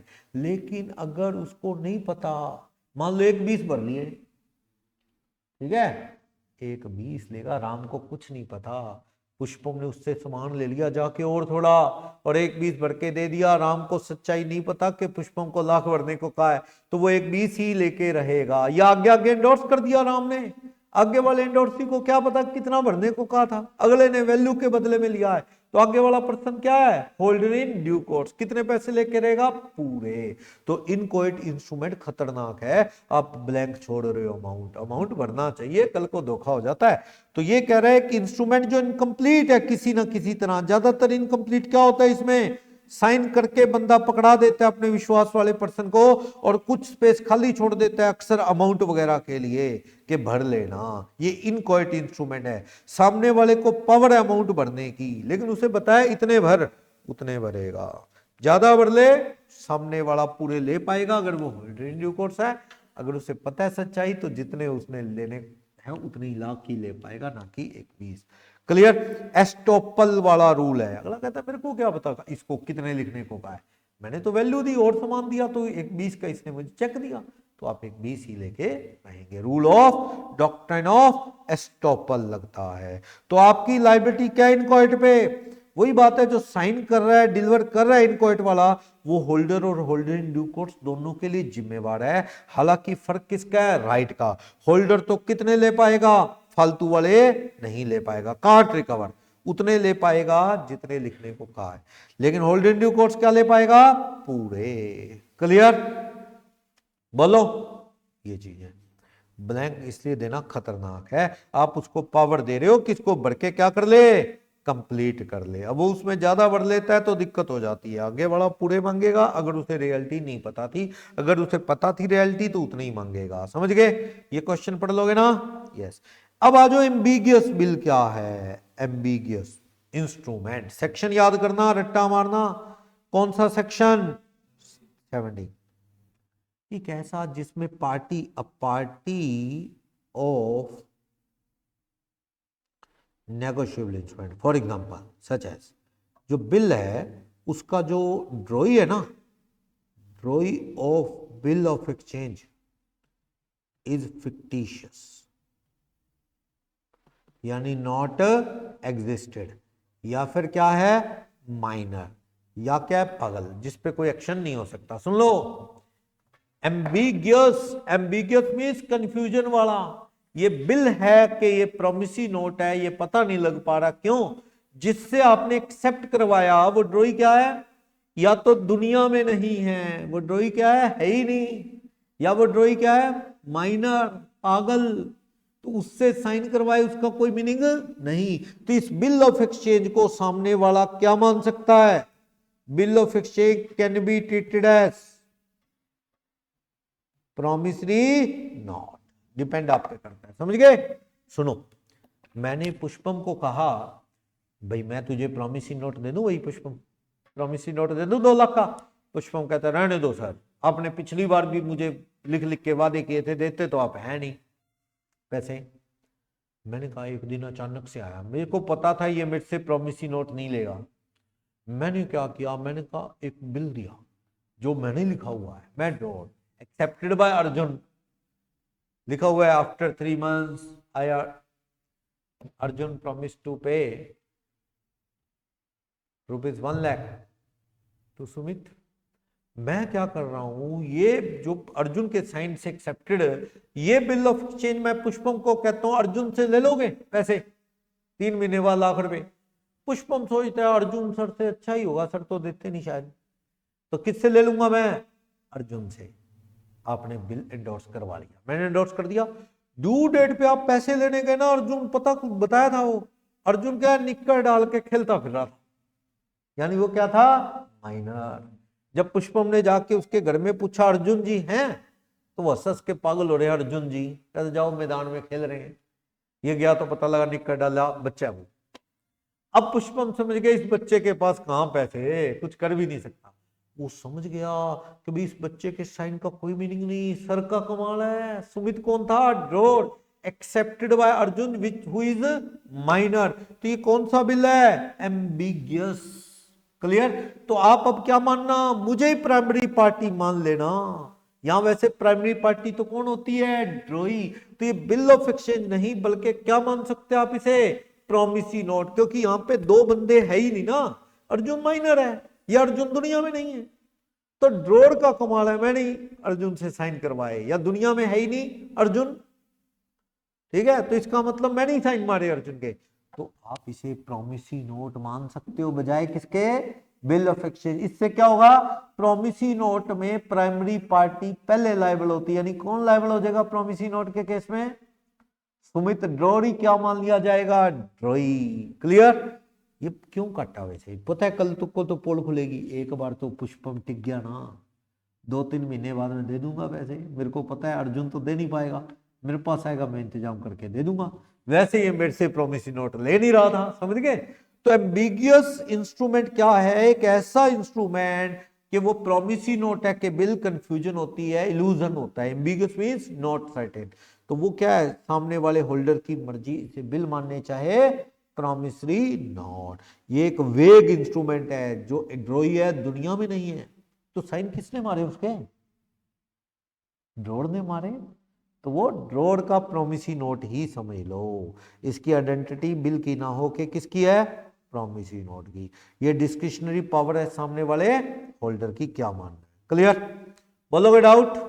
Negotiation of negotiable instrument, negotiation word क्या है जी बताया, ट्रांसफर, नेगोशिएशन वर्ड का मतलब क्या है,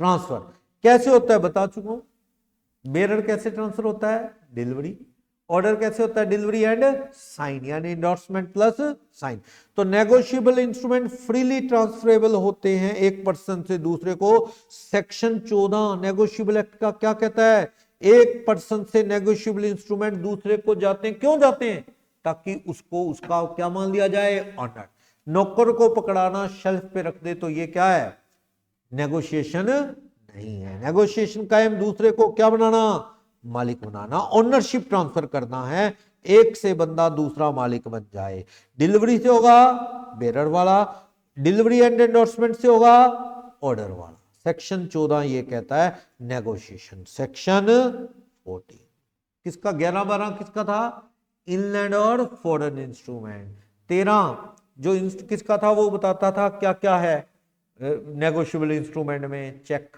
बिल, नोट, एंड बताता था बेरर और ऑर्डर, 14 कहता है नेगोशिएट कैसे होगा, बता चुका हूं पहले भी, भाई बेरर वाला तो खाली डिलीवरी से, और ऑर्डर वाला कैसे, एंडोर्समेंट प्लस डिलीवरी दोनों चाहिए, वैसे डिलीवरी एक्चुअल और कंस्ट्रक्टिव दो तरह की होती है, बताओ, एक्चुअल डिलीवरी तो फिजिकली उठा के देना, कंस्ट्रक्टिव डिलीवरी, हाँ जी, कंस्ट्रक्टिव डिलीवरी है कि इंस्ट्रूमेंट वहीं पड़े पड़े मालिक कोई और हो गया, समझ गए, सुनो,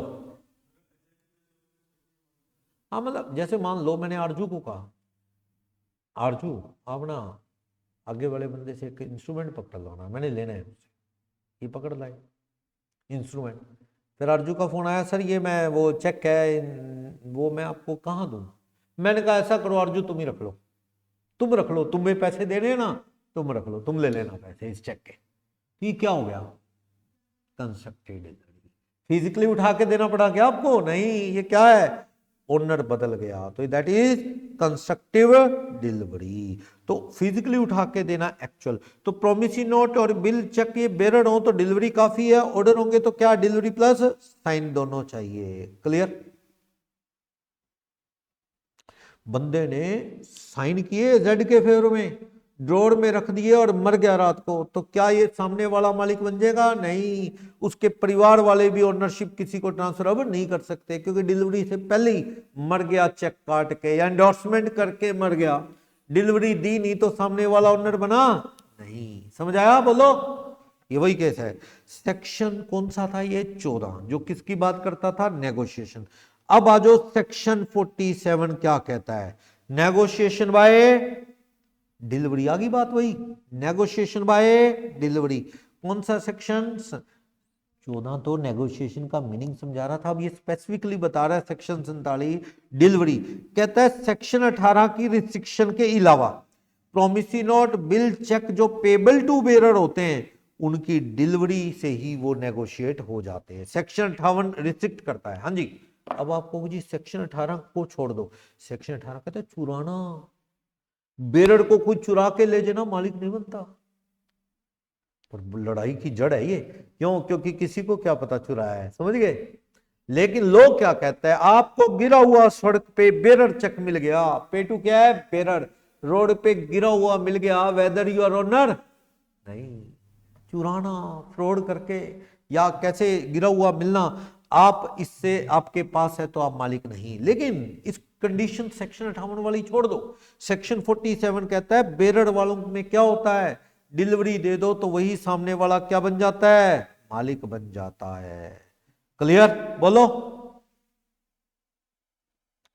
क्लियर? कई बार एक promissory note, bill of exchange, cheque deliver किया शर्तों के साथ कि जब तक वो कंडीशन पूरी नहीं होगी तो ये नेगोशिएबल नहीं होगा। तो वो कंडीशन जुड़ी हुई है, जब तक वो कंडीशन पूरी नहीं होगी वो इंस्ट्रूमेंट सामने वाले को नहीं दिया जा सकता। वैसे ऐसी शर्तें लगाने का कोई ट्रेंड नहीं, आपने पढ़ा अनकंडीशनल प्रॉमिस और अनकंडीशनल ऑर्डर होता है, पढ़ना।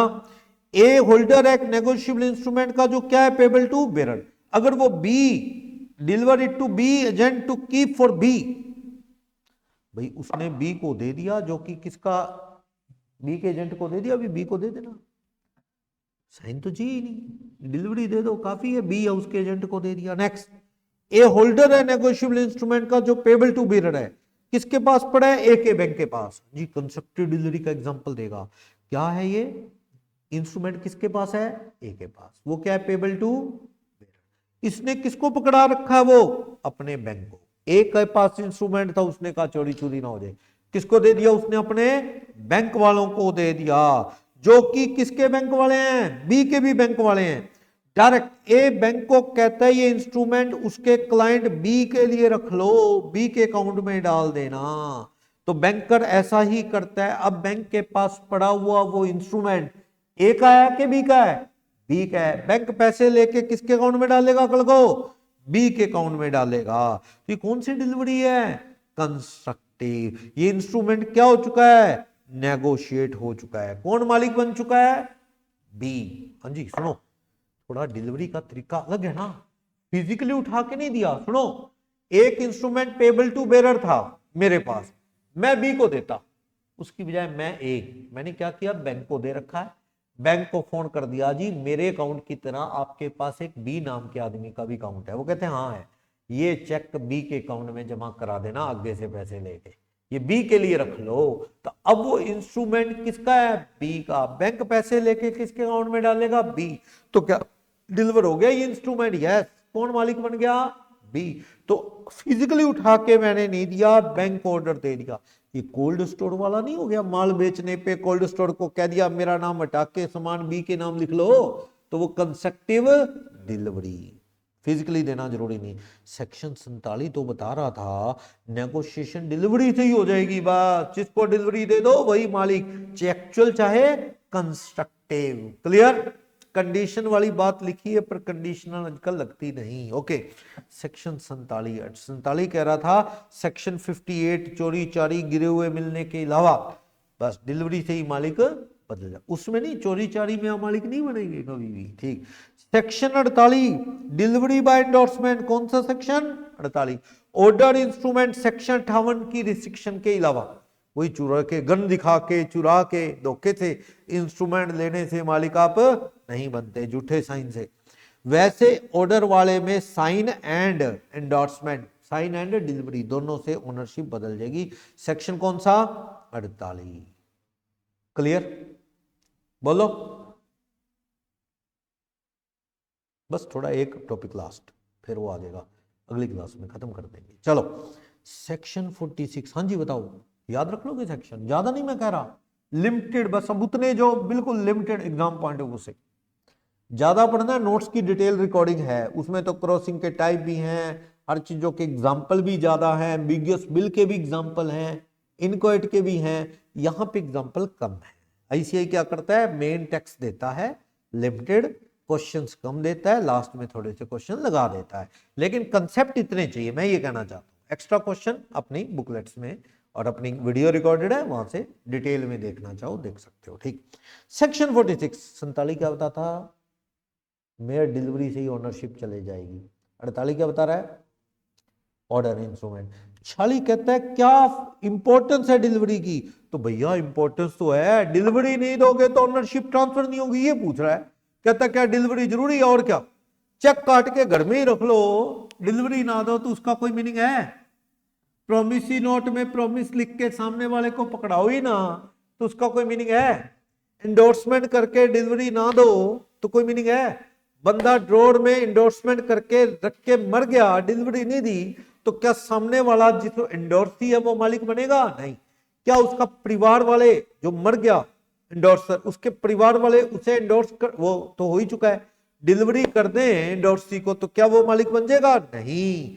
तो डिलीवरी वर्ड तो बड़ा जरूरी है, चाहे ऑर्डर इंस्ट्रूमेंट हो चाहे बेरर, दोनों में क्या जरूरी है? डिलीवरी। डिलीवरी नहीं तो ओनरशिप भी ट्रांसफर नहीं होगी। तो बता रहा है डिलीवरी मोस्ट इसेंशियल है ओनरशिप ट्रांसफर करने के लिए, बेरर हो चाहे ऑर्डर हो, दोनों में डिलीवरी चाहिए। डिलीवरी क्या होनी चाहिए? वॉलंटरी। गन दिखा के चुरा के डिलीवरी लेने से कोई मालिक नहीं बन जाता। कौन रोकता है? सेक्शन 58 कहता है आप इस तरीके से झूठे साइन मार के भी मालिक नहीं बन सकते। डिलीवरी का मेन पर्पस क्या होना चाहिए? सामने वाले को मालिक बनाना, समझ गए? नौकर को का ऊपर शेल्फ पे रख दे, बेरर इंस्ट्रूमेंट था, नौकर शेल्फ पे ना रख के जेब में डाल के चला गया, क्या नौकर उसका वैलिड ओनर है? नहीं, क्योंकि उसे वैलिड ओनर बनाने के लिए दिया ही नहीं, उसे तो किस लिए दिया है? शेल्फ पे रखने के लिए। तो डिलीवरी का मेन पर्पस क्या हो? सामने वाले को owner banana. The delivery can be actual और कंस्ट्रक्टिव। अभी एग्जांपल दिया ना बैंक वाला भी, एक्चुअल अर्जू वाला एग्जांपल भी, एक्चुअल भी हो सकती है और कंस्ट्रक्टिव भी। क्या कहता है? एक्चुअल डिलीवरी में तो फिजिकली उठा के दोगे, कंस्ट्रक्टिव में फिजिकली देना जरूरी नहीं, बस किसी बंदे को कह दिया तो उसकी तरफ से रख ले। जैसे बैंक को कहा था इन्हें ये इंस्ट्रूमेंट मेरा ना समझ के किसका समझ लो, बी की तरफ से रख लो, तो that is constructive delivery. Clear? Section 46 कहता है कंडीशनल स्पेशल पर्पस के लिए पकड़ाया है, प्रॉपर्टी इसकी पास नहीं होगी जब तक वो पर्पस पूरा ना हो। वैसे एक बात है, सुनो, दिक्कतें पता है कब बढ़ती हैं?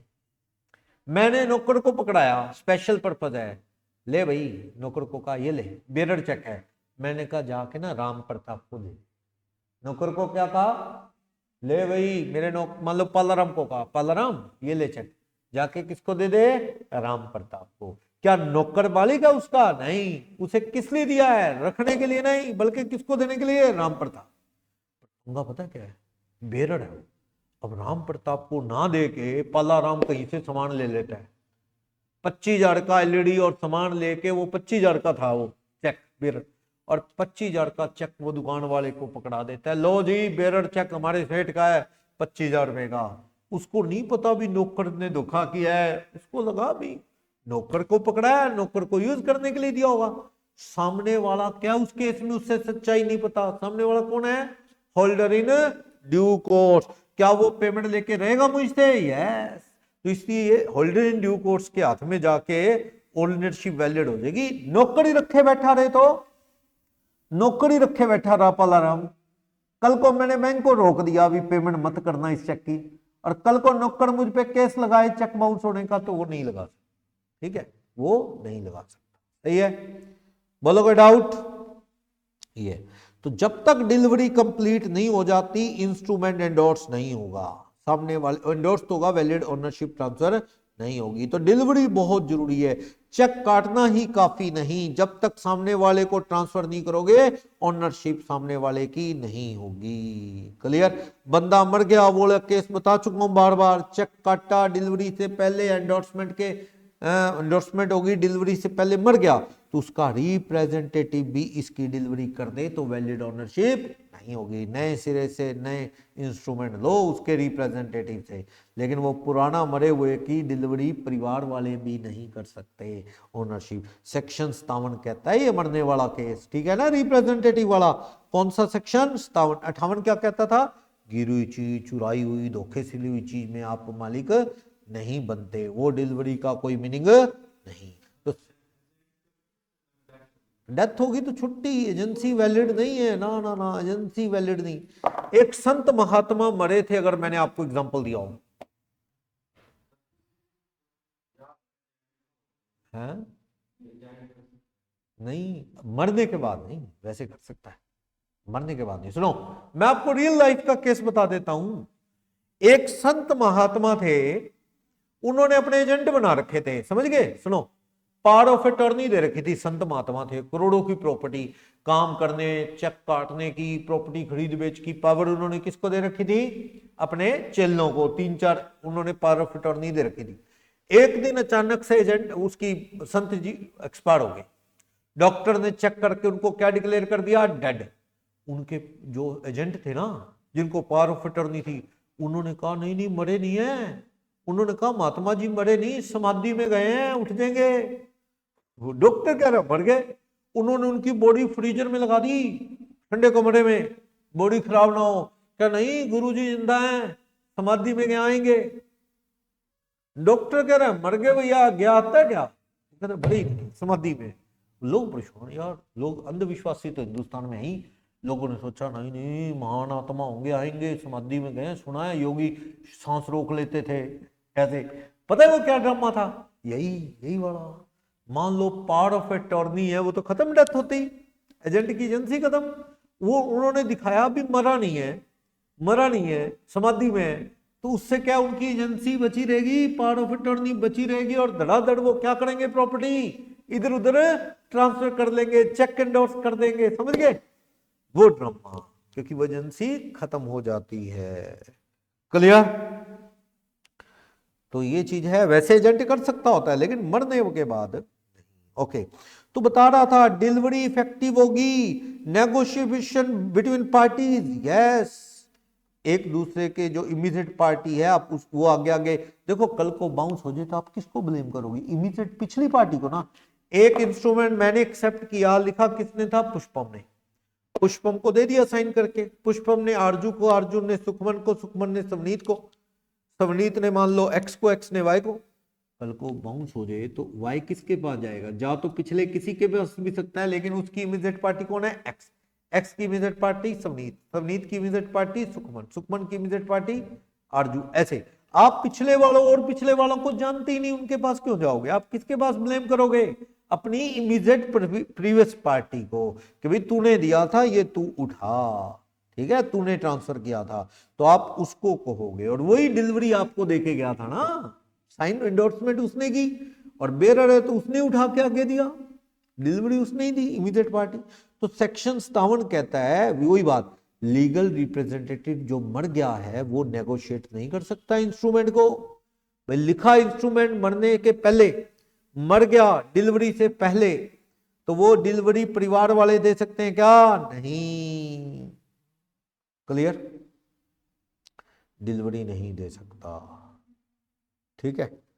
Okay, as between such party any holder other than, वही बात, होल्डर की ओनरशिप भी स्ट्रॉन्ग नहीं होती। हाँ, अगर वो होल्डर इन ड्यू कोर्स है तो उसकी ओनरशिप स्ट्रॉन्ग है, पिछले वाली पार्टी से भी उसकी ओनरशिप क्या हो सकती है? स्ट्रॉन्ग हो सकती है। लेकिन जिसको रियलिटी का पता हो उसकी ओनरशिप उतनी स्ट्रॉन्ग नहीं होती। मुझे ये पता है कि भैया ये झूठ जाट बोल के इंस्ट्रूमेंट दिया है पुष्पम ने, मैं जानता हूं, फिर भी ये इंस्ट्रूमेंट ले लूं तो मेरी ओनरशिप अच्छी नहीं, शायद पैसे ना मिले, लेकिन मुझे नहीं पता पुष्पम ने कैसे इंस्ट्रूमेंट दिया, साइन कटिंग कुछ नहीं, सब सही है, मेरे को रियलिटी नहीं पता, वैल्यू दे के मैं ले रहा हूं, तो मेरी ओनरशिप क्या होगी? वैलिड होगी, स्ट्रॉन्ग होगी। क्लियर? लास्ट इसमें सेक्शन 138 के भाई चेक बाउंस होता है तो उसमें क्या एक्शन है, क्या अजम्पशन है, और डिफेंस अलाउड नहीं, कि मेरे को पता नहीं था, खाते में पैसे नहीं है, एक्सेप्टेंस के लिए प्रेजेंट करना, साइट के लिए, वो सारी चीजें प्रेजेंटमेंट वगैरह अपना नेक्स्ट क्लास में। कंपनसेशन के रूल के बाउंस होने पे आप इंटरेस्ट भी मांगते हो, नोटरी के चार्जेस भी, नेक्स्ट क्लास में ये नेगोशिएबल खत्म कर देंगे। क्लियर है? लेकिन मेन चीज इसमें यह है कि आप इसको ना जाती अच्छे से पढ़ो, क्वेश्चंस अपनी बुकलेट जो नोट्स है, डिटेल क्लासेस हैं, वहां से भी आप फटाफट से क्वेश्चंस पढ़ सकते हो, आईसीए में क्वेश्चन ज्यादा नहीं है, तो आपका अच्छे से रिवाइज हो जाएगा ये पूरा का पूरा नेगोशिएबल। एक एक वर्ड पढ़ा है मैंने ताकि आपको दिक्कत उसमें ना आए। क्लियर है? कल लगाएंगे क्लास नेक्स्ट।